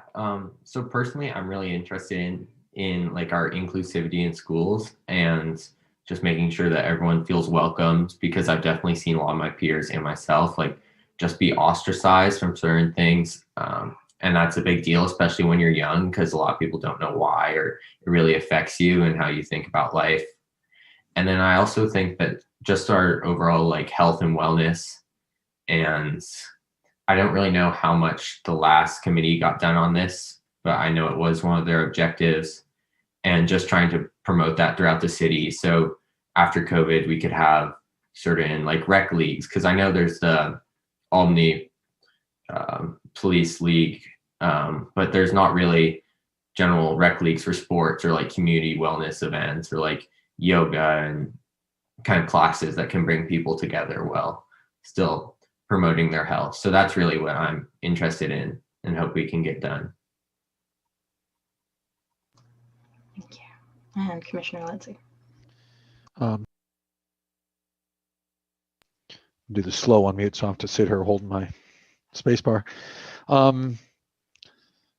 I am primarily interested in the racial equity side of it. I think we have a historic opportunity to make some deep and meaningful changes. And if we don't get on it, we could see, like, I have to tell you, I've seen it many, many times in my life where we thought a breakthrough in racism had happened, only for it to be a disappointment. It's happened over and over and over again. And so I'm pretty upset and pretty concerned that there doesn't seem to be a real sense of urgency, at least from the old city council, to get on this and make some real changes like now, or at least ASAP. We'll study it for a year and then we'll see, maybe we'll do something. You know, it's like, really? I am pretty passionate about the racial equity side. Second for me is economic. So things like Black and brown businesses, about how we tax our own citizens, where it's done by parcel right now, and not by square footage. I live in an apartment. I mean, I live in a condo, but a condo is just an apartment that you own. So I say I live in an apartment. But So tax equity, and then for instance, we have various plans in Albany that say that people can get rebates or reduced fees for this, that, and the other thing. But the city has sort of mixed mind of this. They're tasked with telling people you can save money and pay less money to the city, but then there's less money going to the city. And so in practice, what happens is it's not really well publicized, although they've done a little better the last couple of years. But then the actual process of getting it done. So somebody says, oh, go to this website and do this. And then it's 6 pages of legal gobbledygook and, you know, hit this thing and you have to do this and print this and do that. And it's like really hard for people. And so our overall usage of these things is, I think, under 10%. It's just really kind of awful. So those sorts of economic justice things are big to me too. But my biggie for sure is making some real progress so that 5 or 10 years from now, we can go back and say, look how much better it is for Black and brown folk in Albany, finally, right? Because this stuff doesn't happen overnight, but if we don't get working on it, it won't happen at all. So. Yeah, thank you all. I know I thought of more things, right? I think those are some great overview things, and some of them are really specific and some of them are really broad, and I think that's a great combination. I know I am also very passionate about faith-based excluding Taoists and atheists and secular humanists, and the way that we think about who we're bringing into the conversation. I want to get Gill Tract Farm more involved and Indigenous folks, especially with the forest management side, because that is historically how the lands were cared for. Yeah, we have a lot of great ideas, and I look forward to distilling them into things we can work on. I know we all were like, and now I will stop talking because there was more. Are there any other things that folks want to? Commissioner Lindsay. I had a meta item, a sort of rules question for staff primarily.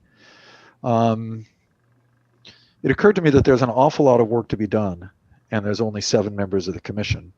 For one thing, I would respectfully suggest to all of us, to my fellow commissioners, that we also prioritize these things and pick 1 or 2 things, maybe 3. 3 is pushing it, that we're going to accomplish by a certain date. Mm-hmm. We're going to do this by this date. We're going to do this by this date. We're going to do this by this date.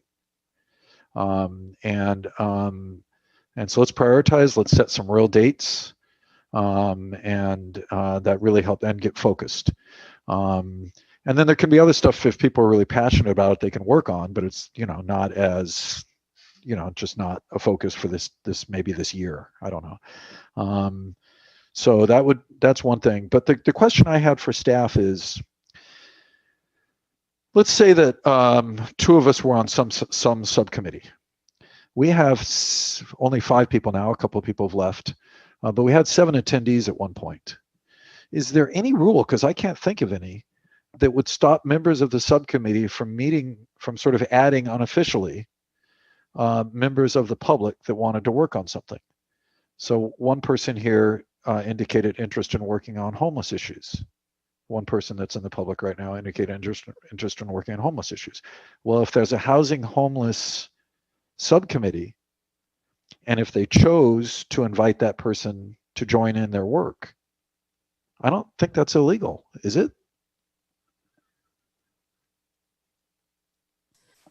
The meeting of this was brought up by the commission, I think a year ago, and we seeked input from our city attorney to see, what could be done. And basically, I'm going to try to remember this correctly, but because you'd be inviting a member of the public to be part of the subcommittee, the meetings of that subcommittee would need to follow the Brown Act. So they would need to be public meeting And in this case, we would need to schedule virtual Zoom meetings that would be broadcasted for everybody. So it would, you can select members, but it would also have to be approved by the full commission as far as inviting members of the public. But then you'd have to work with us, with staff, on scheduling meetings of the subcommittee to be broadcasted. But a staff member would not need to be there, would they?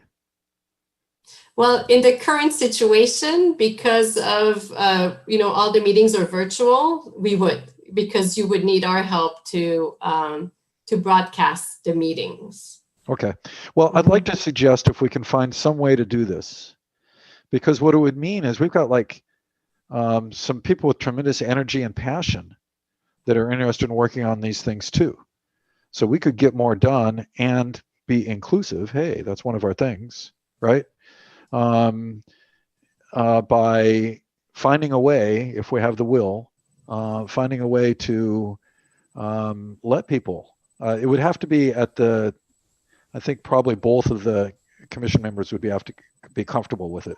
But both of the committee members would probably have to agree, yes, let's add so-and-so. But I think we should seriously try to find a way to do it. And I don't know if that needs to be agendized for another meeting for discussion, or if it's just see what other people think. But anyway, do y'all know what I'm talking about?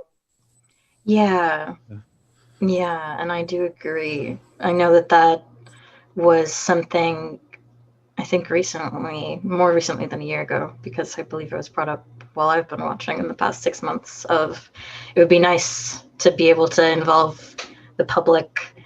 I know that I wanted to participate when I wasn't a member, a commissioner, but there was the concerns about the Brown Act, and it sounds like broadcasting is the main thing. Is that correct, Isabel? Well, I think this issue was brought up even before the pandemic, because I remember we were in the council chambers. That's how I remember. And we had those discussions with the commission at the time. And it was really, based on the commission's will and the subcommittees that were formed for each, to take on different tasks, to decide whether or not they wanted to bring in members of the public as part of the subcommittee, but then the caveat was that those meetings would need to be, follow the Brown Act. So they would have to be open to the public. So again, under, the current situation, our meetings are virtual. So they would need to be open to the public through broadcast at this time. But if in the normal situation, the meetings would, we would have scheduled the meeting to occur in one of our city facilities, and then with an open door and an agenda. The agendas need to be posted 72 hours in advance, and minutes need to be taken, and that would need to be done by the committee members. Okay, but that would be doable by the committee members. So it is just the broadcasting currently that is the obstacle. There's no obstacle. It's just I guess there's no obstacle, right? It's just that you need to follow the Brown Act. So that's just the added. If you compare a subcommittee of the commission that does not have a member of the public, then the purpose of the subcommittees is to be able to do a lot of work in between meetings without having to follow the Brown Act. You can meet by just the 2 or 3 of you together. You don't have to publicize the meeting. You don't have to broadcast it, or you can meet. You can email each other. But if you involve a member of the public, you can't do any of that. No emailing. Okay. Mm-mm. Right. No. Okay. So it's about what would be most efficient for working. And we can go over, I can refresh myself on that conversation we had and the information that was provided to us by the city attorney. And if it's if the commission has a strong desire to pursue this, when you form your subcommittees, we can provide that information and go over, all of the logistical steps that would need to be taken to be able to conduct meetings of the subcommittee that include members of the public. Vice Chair Zapata. Yeah, I just wanted to, just appreciate the comments from Commissioner Lindsay, because I do think, it's like, okay, let's have a meeting, and then a bunch of people show up, and then you do a bunch of stuff because there's lots of hands make light work or something, whatever the expression is. But what I would love to hear about is, are there other cities or entities that are doing something like this, and what is their experience? So I would, it kind of, it's logical what's being shared. I feel like I'm a little too unfamiliar with like the kind of what is the workflow, and are people just cranking out work outside of these meetings, and then this would slow down the process so much, for lack of a better word, that it's not quote unquote worth it or whatever. I want to say that while holding the fact that I really I also was someone who listened in and would love to have sat in on a committee and done some work, and so I think that it might be wise to hear about a little more about other entities or other cities' experience with this, and what that might look like. So maybe even, I don't know what, maybe next time we could get a report back, or I don't know where to go next, but that's the comments I wanted to share. Thank you. Commissioner Lindsay. Well, I love that idea. We're asking staff to do work and they're very busy, but that idea of, how are other cities handling this question? The Brown Act is almost like a little hobby of mine. I've been on so many commissions for decades, actually, that I know it very well. And the purpose of the Brown Act is that you can't, in our case, we have 7 members, so that 4 members can't have a secret meeting, directly or indirectly, and then come and somebody makes a motion, somebody seconds it, and you vote on it, and boom. And so stuff is done out of the public eye. It's a good act. California is better for it. It is inconvenient sometimes, but it's a good thing on the whole. That said, I don't really understand why the city attorney is taking that position. They probably know more than I do, although city attorneys are not always experts on the Brown Act. They have there's a lot of things to running a city, a lot of legal stuff to running a city, but how are we having a secret meeting if 2 or 3 of us meet with other people in the city? Less than a majority. For instance, I as a person, I could meet with as many people as I want in the city, as long as they're not on this commission, and talk about policies and talk about what's going on in the city and what do we think and like that. That's totally legal under the Brown Act. So if we had 2 of us do that, 2 of us met with 2 members from the public, right? Why is that in violation of the Brown Act?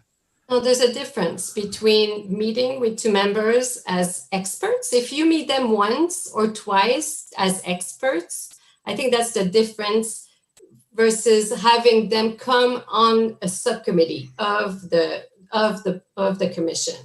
So there's a difference between. So let me ask you. I'm sorry.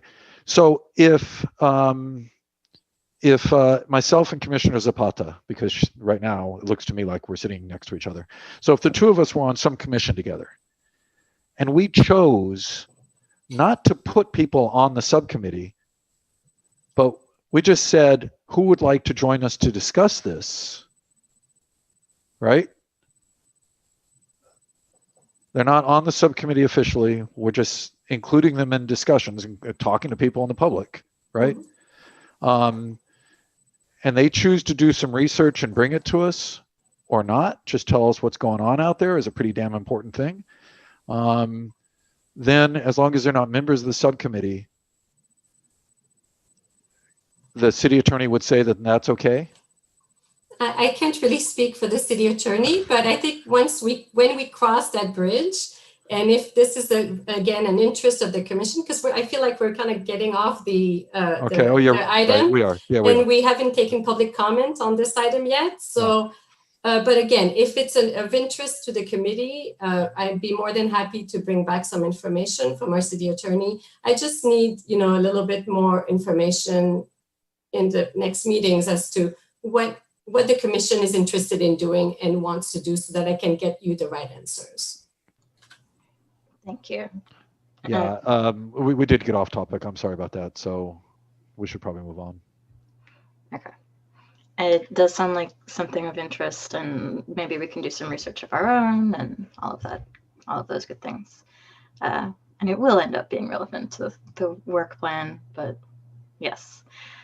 We will take public comment at this time. We currently have one hand up. Sid, if you would move them in, please. Hi, thank you. Yeah, it's definitely not off topic. I mean, it's about your interests. That's what you're talking about. I know it's getting late and Isabel might want to go soon, but Zapata, what was that article you're referring to that you read about the village with the African slandering term you used? Was that the one about the village used to be World War II housing? If you could just let the members of the public know what article you're reading, so everybody else can look at it, or even the commission you're on, they could know what article you're talking about. Also, to promote healthiness, the Giltrack Farm, I've been a volunteer at the Giltrack Farm for many years. You could incorporate something, a policy or businesses on Solano to not serve a bunch of, unhealthy food. Make sure that, let's say Boss Burger, let's say, the meat is, good meat, organic, or the vegetables, the onions they use, or the potato is non-GMO. I don't know all these restaurants on Solano, even Domino's. Like, where does the bread come from? What kind of cheese do they use? Like, they're just feeding us a bunch of unhealthy stuff. There should be some checks and balances on that. I mean, I wish I could open up a restaurant on Solano and be like, hey, well, I only serve organic and everything's non-GMO. Then everybody would want to eat healthy, right? In the racism task force with Nicole Anderson, I've been following along. She's got a 10-year plan, and 10 years is way too long. So yeah, like we're saying, we need to address something ASAP. And, you're trying to prioritize these things. Well, showers are still essential, and taking a shower is also mental health. You feel really good after taking a shower, right? So that should be priority number one, because the longer you wait on showers, the longer people go without taking a shower. The soda tax, it should be moved into a specific fund. I know city staff really loves the fact that it's a general fund. You got city managers, everybody want to tip in that pot, you want the police department to pay to buy a car, instead of leasing it. So that soda tax needs to go into a specific fund. That way it's not a general fund anymore, because you're going to have a lot of people trying to get that money. Also, you should have an alcohol tax. Okay, soda pop, okay, is bad. It gives you diabetes. What about alcohol? How about an alcohol tax, like a serious alcohol tax?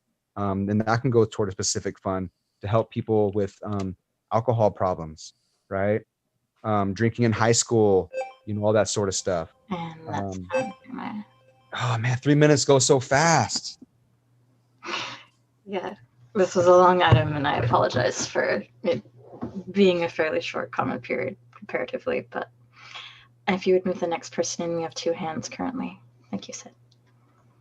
Hi, this is Julie again. I just had some comments. I just wanted to start out by saying that the idea of working on an update together, even if it's takes a while, I think the process itself is really important and will be really good for SCJC, for everybody working together. So I don't think you should be, it doesn't sound like you will be, but I would encourage you to go ahead and work on updates now and not worry about the time constraints. I also wanted to comment on item number 1 on the promoting housing availability and quality. I haven't seen a real commitment on the part of Albany. I was on the homeless task force years ago, and and then I was also part of a group of people that sued the city because they didn't have a housing element and compliance for many, many, many years. So now we do, but it's as you probably know, the housing element doesn't really have any teeth. So although I think it's gotten a little bit harder to get out of providing truly affordable housing, which is what I call it, housing that's affordable, actually affordable to people and not based on the average income in this area, which is like over $100,000, I think, or $90,000, something like that. So I would like to see exploring really creative ways of approaching homelessness and housing instability, direct cash payments, which some cities are doing across the United States, and I could give more research on that. Host home programs, and then as somebody mentioned, I think it was Corey, Chair Dusty, RVs, rent help. And I also had a question. There's a new development, it looks like, on Canes at Portland, and I don't know what it is, apartments, condos, whatever, but I'm wondering if some is going to be set aside for low people, for truly affordable housing. I'm trying to look at the clock. Okay, I'm gonna try to cover everything. This item number, to connect with, engage the community. There's actually been little effort from the city to do that, and I bring this up at every meeting, but the kiosk, this meeting agenda being posted at the kiosk on Solano Avenue is a joke, and if you've ever seen it, you'll know why. It's a quarter sheet in a font that nobody can read, and nobody notices it, and I think that there should be a lot bigger effort to communicate with the city. The inclusivity, I'm just wondering what that means. Revised staff report template includes social equity and inclusivity considerations. I don't see any accountability in that. I don't exactly understand what that is. And then let me make sure I covered everything. And on the cannabis, participating committees, I love that was brought up. It's something I've mentioned several times myself. And I think that if there's a way around the Brown Act or just live with it, either way, I think it's really important to hear from the community. And then cannabis, I don't really understand what happened with cannabis, but if there's a possibility that could be offered in Albany, I think it should be, especially since we have 2 liquor stores a block away from each other and people get arrested for driving under the influence of alcohol, not cannabis. Thank you. Thank you. Well done on time. We have one more hand. Sid, if you would.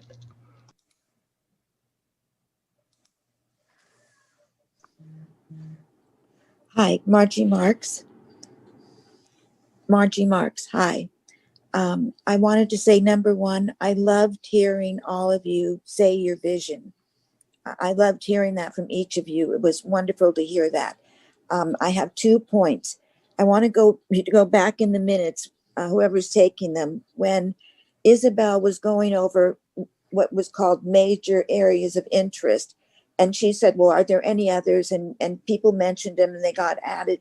One of those major areas, although, is youth and education. And I want to make sure that gets put down as a major area. I know that Member Zapata, I heard her talking about her interest in youth, but I just want to make sure that is, that we have to do something with youth and education in our city. Second, as a citizen, I want the SCJC to keep a handle on where our mental health resources are going. It's been an ongoing issue in Albany. So, it's something that you need to look at, who is providing those services, what happened, do the police, when the police call someone, if they need a mental health expert, who do they call? Those types of things. I want someone to have a handle on that. So I want to be sure that you keep that within your purview. Don't think about, well, that was done, we don't have to do that. Yeah, I think you do have to do that. Thank you very much. I really appreciate it. I know it's late. Thanks, everybody. Thank you. And I believe that is the last hand. Giving it one moment. And bringing it back from public comment. Vice Chair Zapata? Yeah, I just wanted to comment on Jeremiah's question, which was Council Member Nason has been doing work around around the different. This I got it from. She shared a Shrine of Freedom PowerPoint that has the document that is basically these covenants of basically housing covenants that determined who, quote unquote, who would be able to live in different cities, and this was in the 1934. So if you reach out to Councilmember Nason, they have the document, and so anyone, I'm sure she would share this document. So I wanted to reference that. I actually think it's a really important historical document that should be circulating widely, because it's one to which I believe we need to respond and act upon. And I think that was all I wanted to say. Thank you. And I will add that just in searching redlining Albany, California, the first result was mapping inequality, which contains a map of, and I believe details on what the language was around these housing covenants that you're speaking of. So redlining, as in the color, is the term referring to how red lines were drawn, marking out who could live where and what districts were going to be free of undesirable people, aka racism. So, thank you. And thank you again to the public for good points. Yes, Vice Chair Zapata. Sorry, I wanted to just say one last thing on the issue that we had brought up about the larger body of people joining meetings, and so just something that struck me was I'm wondering about this fine line between public comment and participation. So I wonder if that might be also a workaround, for lack of a better word, because, you know, right now we're listening to public comment and it's making me think like, oh, you know, so I think that our involvement, and it actually is reflected in what Julie was saying, which is that the community of Albany needs to be more involved. I mean, that's what I hear from Julie in terms of outreach, and it is part of our charge. So how can we more robustly be engaging with the community, even if it's the 4 folks that are here? Perhaps we can even think about, you know, public comment as a vehicle. I don't know. I'm just kind of putting it out there. Sort of, yeah. Okay. Commissioner Lindsay. I just want to say that people who come to these meetings and sit through the whole meeting and they're not on the commission, like, thank you very much, and I'm impressed. And then we should really try to take advantage of that. There's a opportunity there, and there's an inclusivity there that I think we just need to find a way. You know, whatever that is, whatever's the least painful way to make it happen, let's do that. You know. I will certainly be reading the training materials, which I hadn't, and reading them closely and learning about the Brown Act and all of those things. So I think we've gone over our interests, some key interests raised by the public, which overlap very heavily with our own interests.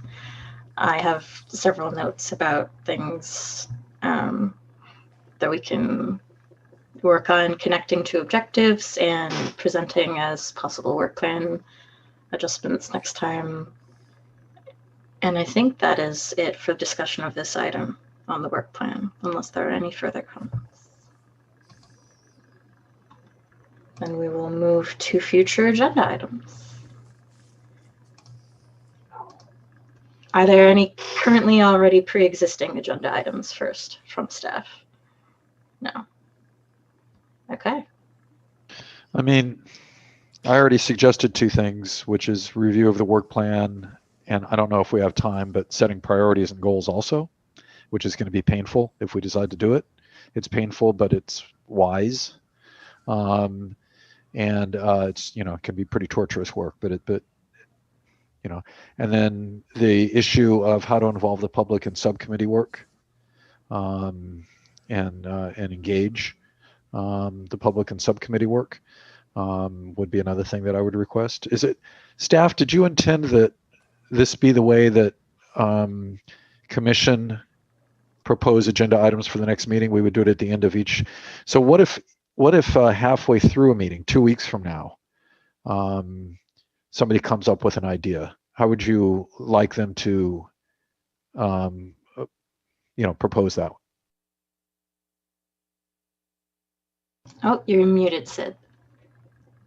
I could have sworn I unmuted myself. It should be done at this period in the meeting during this item. So if they don't do it now, then it cannot be on the next agenda? So all items that are mentioned under future agenda items or don't necessarily make it to the next agenda, the staff will work with the chair to outline, the best agenda, considering the items and the length of the meeting. So future agenda items are kept, on a list, or they're kept, as far as in the minutes. And then we, working with the chair, we outline the agenda for the next meeting and so on. So, but if there's a member of the, the commission who has an idea, I mean, the preference is that the future agenda items are made during a public comment. But if you do have an item that you'd like to mention to the chair, you would, let staff know and the chair know. So you would let Sid and Chair Dosty know that you would like an item at the next meeting, and it would be up to the chair to decide whether or not that item makes it to the, the following meeting or at the, at a future meeting. Commissioners can ask. They don't necessarily get what they ask for. So everybody should be aware of that. It is good practice, I would suggest, that the chair sort of keep an idea of the date when people make these, because if Commissioner X asks for something and then 6 months go by and it hasn't even found its way onto an agenda, you'll have a resentful commissioner, and that doesn't do you any good. So even if you personally disagree with it, you should try to, somebody wants to agendize something, you should try to get it on there somehow, right?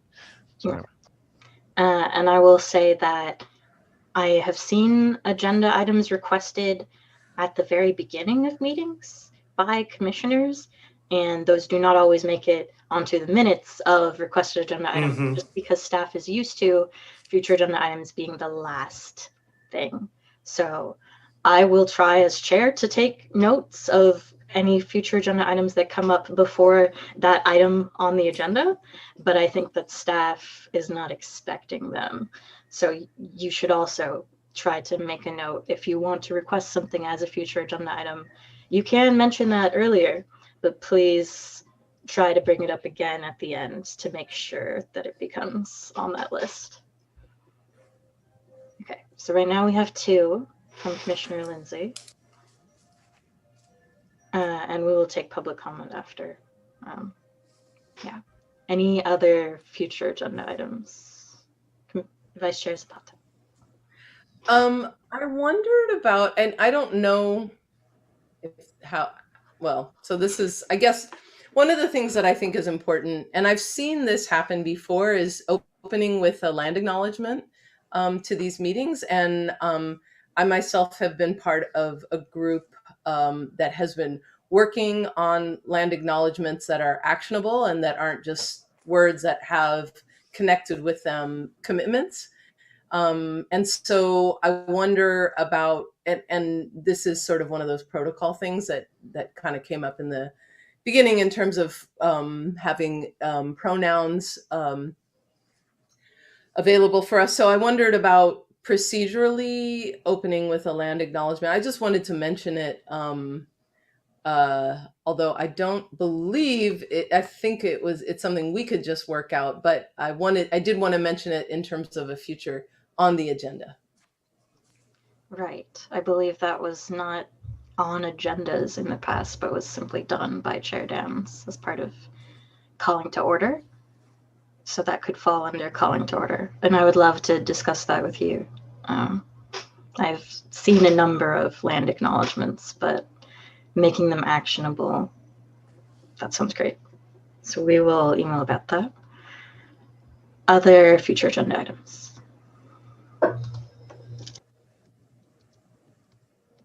Seeing none right now, we'll go to public comment. Sid, if you would bring in the first of two hands.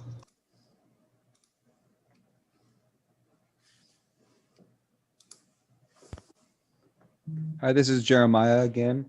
I would like to see a few future agenda items regarding the soda tax being moved to a specific fund. Also creating an alcohol tax for another specific fund. And basically public showers for a future agenda item. I mean, I don't know what's taking so long. You know, I did it. I brought it to Albany. It's easy. So it could be done. I mean, if Jeremiah could do it, you know, just the city staff just doesn't want to spend money on homeless people. That's all. Also, public notices be on a future agenda item. I mean, I did it. It was easy. I printed out the city's logo. I put the Zoom ID number and today's date, and I taped it to the big belly right in front of the post office. I walked in the post office. I said, "Hey guys, is it okay if I put this right here inside? It's a city meeting tonight." "Yeah, sure. Go ahead, Jeremiah. It's all good." So I don't see why there's so many meetings and so much talk and no action. So I'm just taking it upon myself to do things around the city that the city is just kind of procrastinating on. So I even put up the no line on ADA ramp at the post office with permission from the post office and 10-person maximum. You know, I just took it upon myself to do that because there were 27 people inside the post office, and the city manager is not doing anything for COVID things on Solano businesses. I just don't know what's going on. It's just a lot of talk and no action, but I'm all action. I mean, I talk the talk and walk the walk, you know. So some future agenda items would be, you know, school zones, definitely school zones, because they got to happen someday. Berkeley has school zones. I've been suggesting our city to have school zones in the municipal code book for over 10 years now. I just don't know what's taking so long. The kids can't speak up for themselves, and the parents are too busy cooking dinner at night to come to these public meetings. So I'm the voice of the parents and the kids. You know, we got to put school zones as a priority. That's social justice for students, to make it safer, you know? So that's that. Thank you. And the next and last hand, please. Thanks. Hi, it's Julie again. For future agenda items, I would like to request that you have a discussion about recommending to the City Council that the Youth Task Force and the Homeless Task Force be reinstated. There used to be both of those in Albany, and right now they're on the website, but they've been, I don't know what it's called. I don't know if that's sunsetted when you still have the name of it, but anyway, I would like to suggest that those be discussed. I think that would, I know that when Margie called in, she talked about youth, and the Youth Task Force was great. I was on it as a representative of the library. And then the Homeless Task Force, I was also on that. And I think that would be a place where some of the issues that Jeremiah has brought up would be great and would be good. And it was a lot of people. We did a lot of really great work. I'd also recommend that you talk about putting together a document that recommends language. What is appropriate language? What's respectful language? How do we use our language that would be inserted into all the city documents, but also recommendations for all of the city meetings, that people understand what's language that is respectful and isn't respectful, maybe a little lesson in that. So maybe like a glossary of terms, and then people could practice like how to use a gender neutral pronoun or how to talk about people with disabilities or whatever. And then I also, there was one more thing. The land acknowledgement. It's something I've been working on for a long time also. And I have one that has action built into it. It doesn't has specific action, but it doesn't let you get away with just saying, hey, this land used to belong, has been taken over and now we're going to go on with our business. So Karen, if you would, Commissioner Zapata, if you'd like to email me, I can't remember if I already sent you the one I've been working on, but I also talked a lot to Greg about, Commissioner Downs about that. And I'm actually brought it up, and I think it's the reason that there's a semi one on the city council one. They didn't go as far as I wanted them to, but they have it at the beginning because I've been pushing for that. And I just wanted to also finally thank all of you for the meeting tonight. I really appreciate your responsiveness to the public. I appreciate your engagement. I appreciate your ideas. I appreciate your enthusiasm, and I'm really glad you're here. And then I just wanted to thank Jeremiah, because one of those little signs that he was talking about, a friend of mine took a photo of it today, the one at right near the post office. It said SEJC, city logo, time, just like he said. And she said to me, she said, do you know anything about this? And I said, well, yes, as a matter of fact, I know exactly who put that up. And it's a great idea. It's a start, and it's something that I would like to see many more discussions about. Thank you very much. Thank you. Seeing no further hands from the public, giving it one moment for any stragglers, and closing public comment on further agenda items. I have a few things. I think most of them are covered under what we already have proposed, and that Commissioner Lindsay's are what will probably end up on the next agenda. I would like to have a COVID social and economic justice response, which I think public showers would fall under as probably on the next agenda. I'm not sure how much we could do about it, but I think that's something we should start talking about immediately, even before we, update our work plan. I'm sure I'll end up talking with staff about how we can do that and all of that. I would ask staff about if there's an update on public showers. I know that there are issues of water hookups and hygiene for the trailer that Jeremiah got, and that the diverse housing working group was having difficulty with the previous public shower programs, contact disappearing, and the pools being closed, and how to hygienically work there with ventilation and all of those things. So if we know anything about the public shower program and the shower hookups for the trailer and all of those things, I think a report on that at the next meeting, if possible, would be very much appreciated. And then you've already made a CARES report. I haven't found it. If you could email that to us, if that's easy, right? Not putting in an hour to find it, but I would love to see that. Commissioner Lindsay. Oh, I was going to ask if there's any chance that Jeremiah could email us his kind of long list of ideas, because I thought there were a lot of good ones there. They would fall under the work of various subcommittees, but maybe we could do some stuff quicker that's, low-hanging fruit. That would be kind of cool. Start off with a bang. But it was kind of a long list, and I got lost in there. So staff, what email address would Jeremiah use to send something to the commission and staff? The commission actually has their own email address. It's on the city website, and it would go out to all the commissioners. And staff, I assume, right? Correct. Okay. So Jeremiah, could you do that? I believe that is just SEJC and then the city. Okay. Final. And Julie also had a couple of things. I mean, it would just be really nice to kind of get that feedback in writing. Right. I took some notes, but folks can represent themselves best. Although we appreciate them staying to say it very much. Vice Chair Zapata.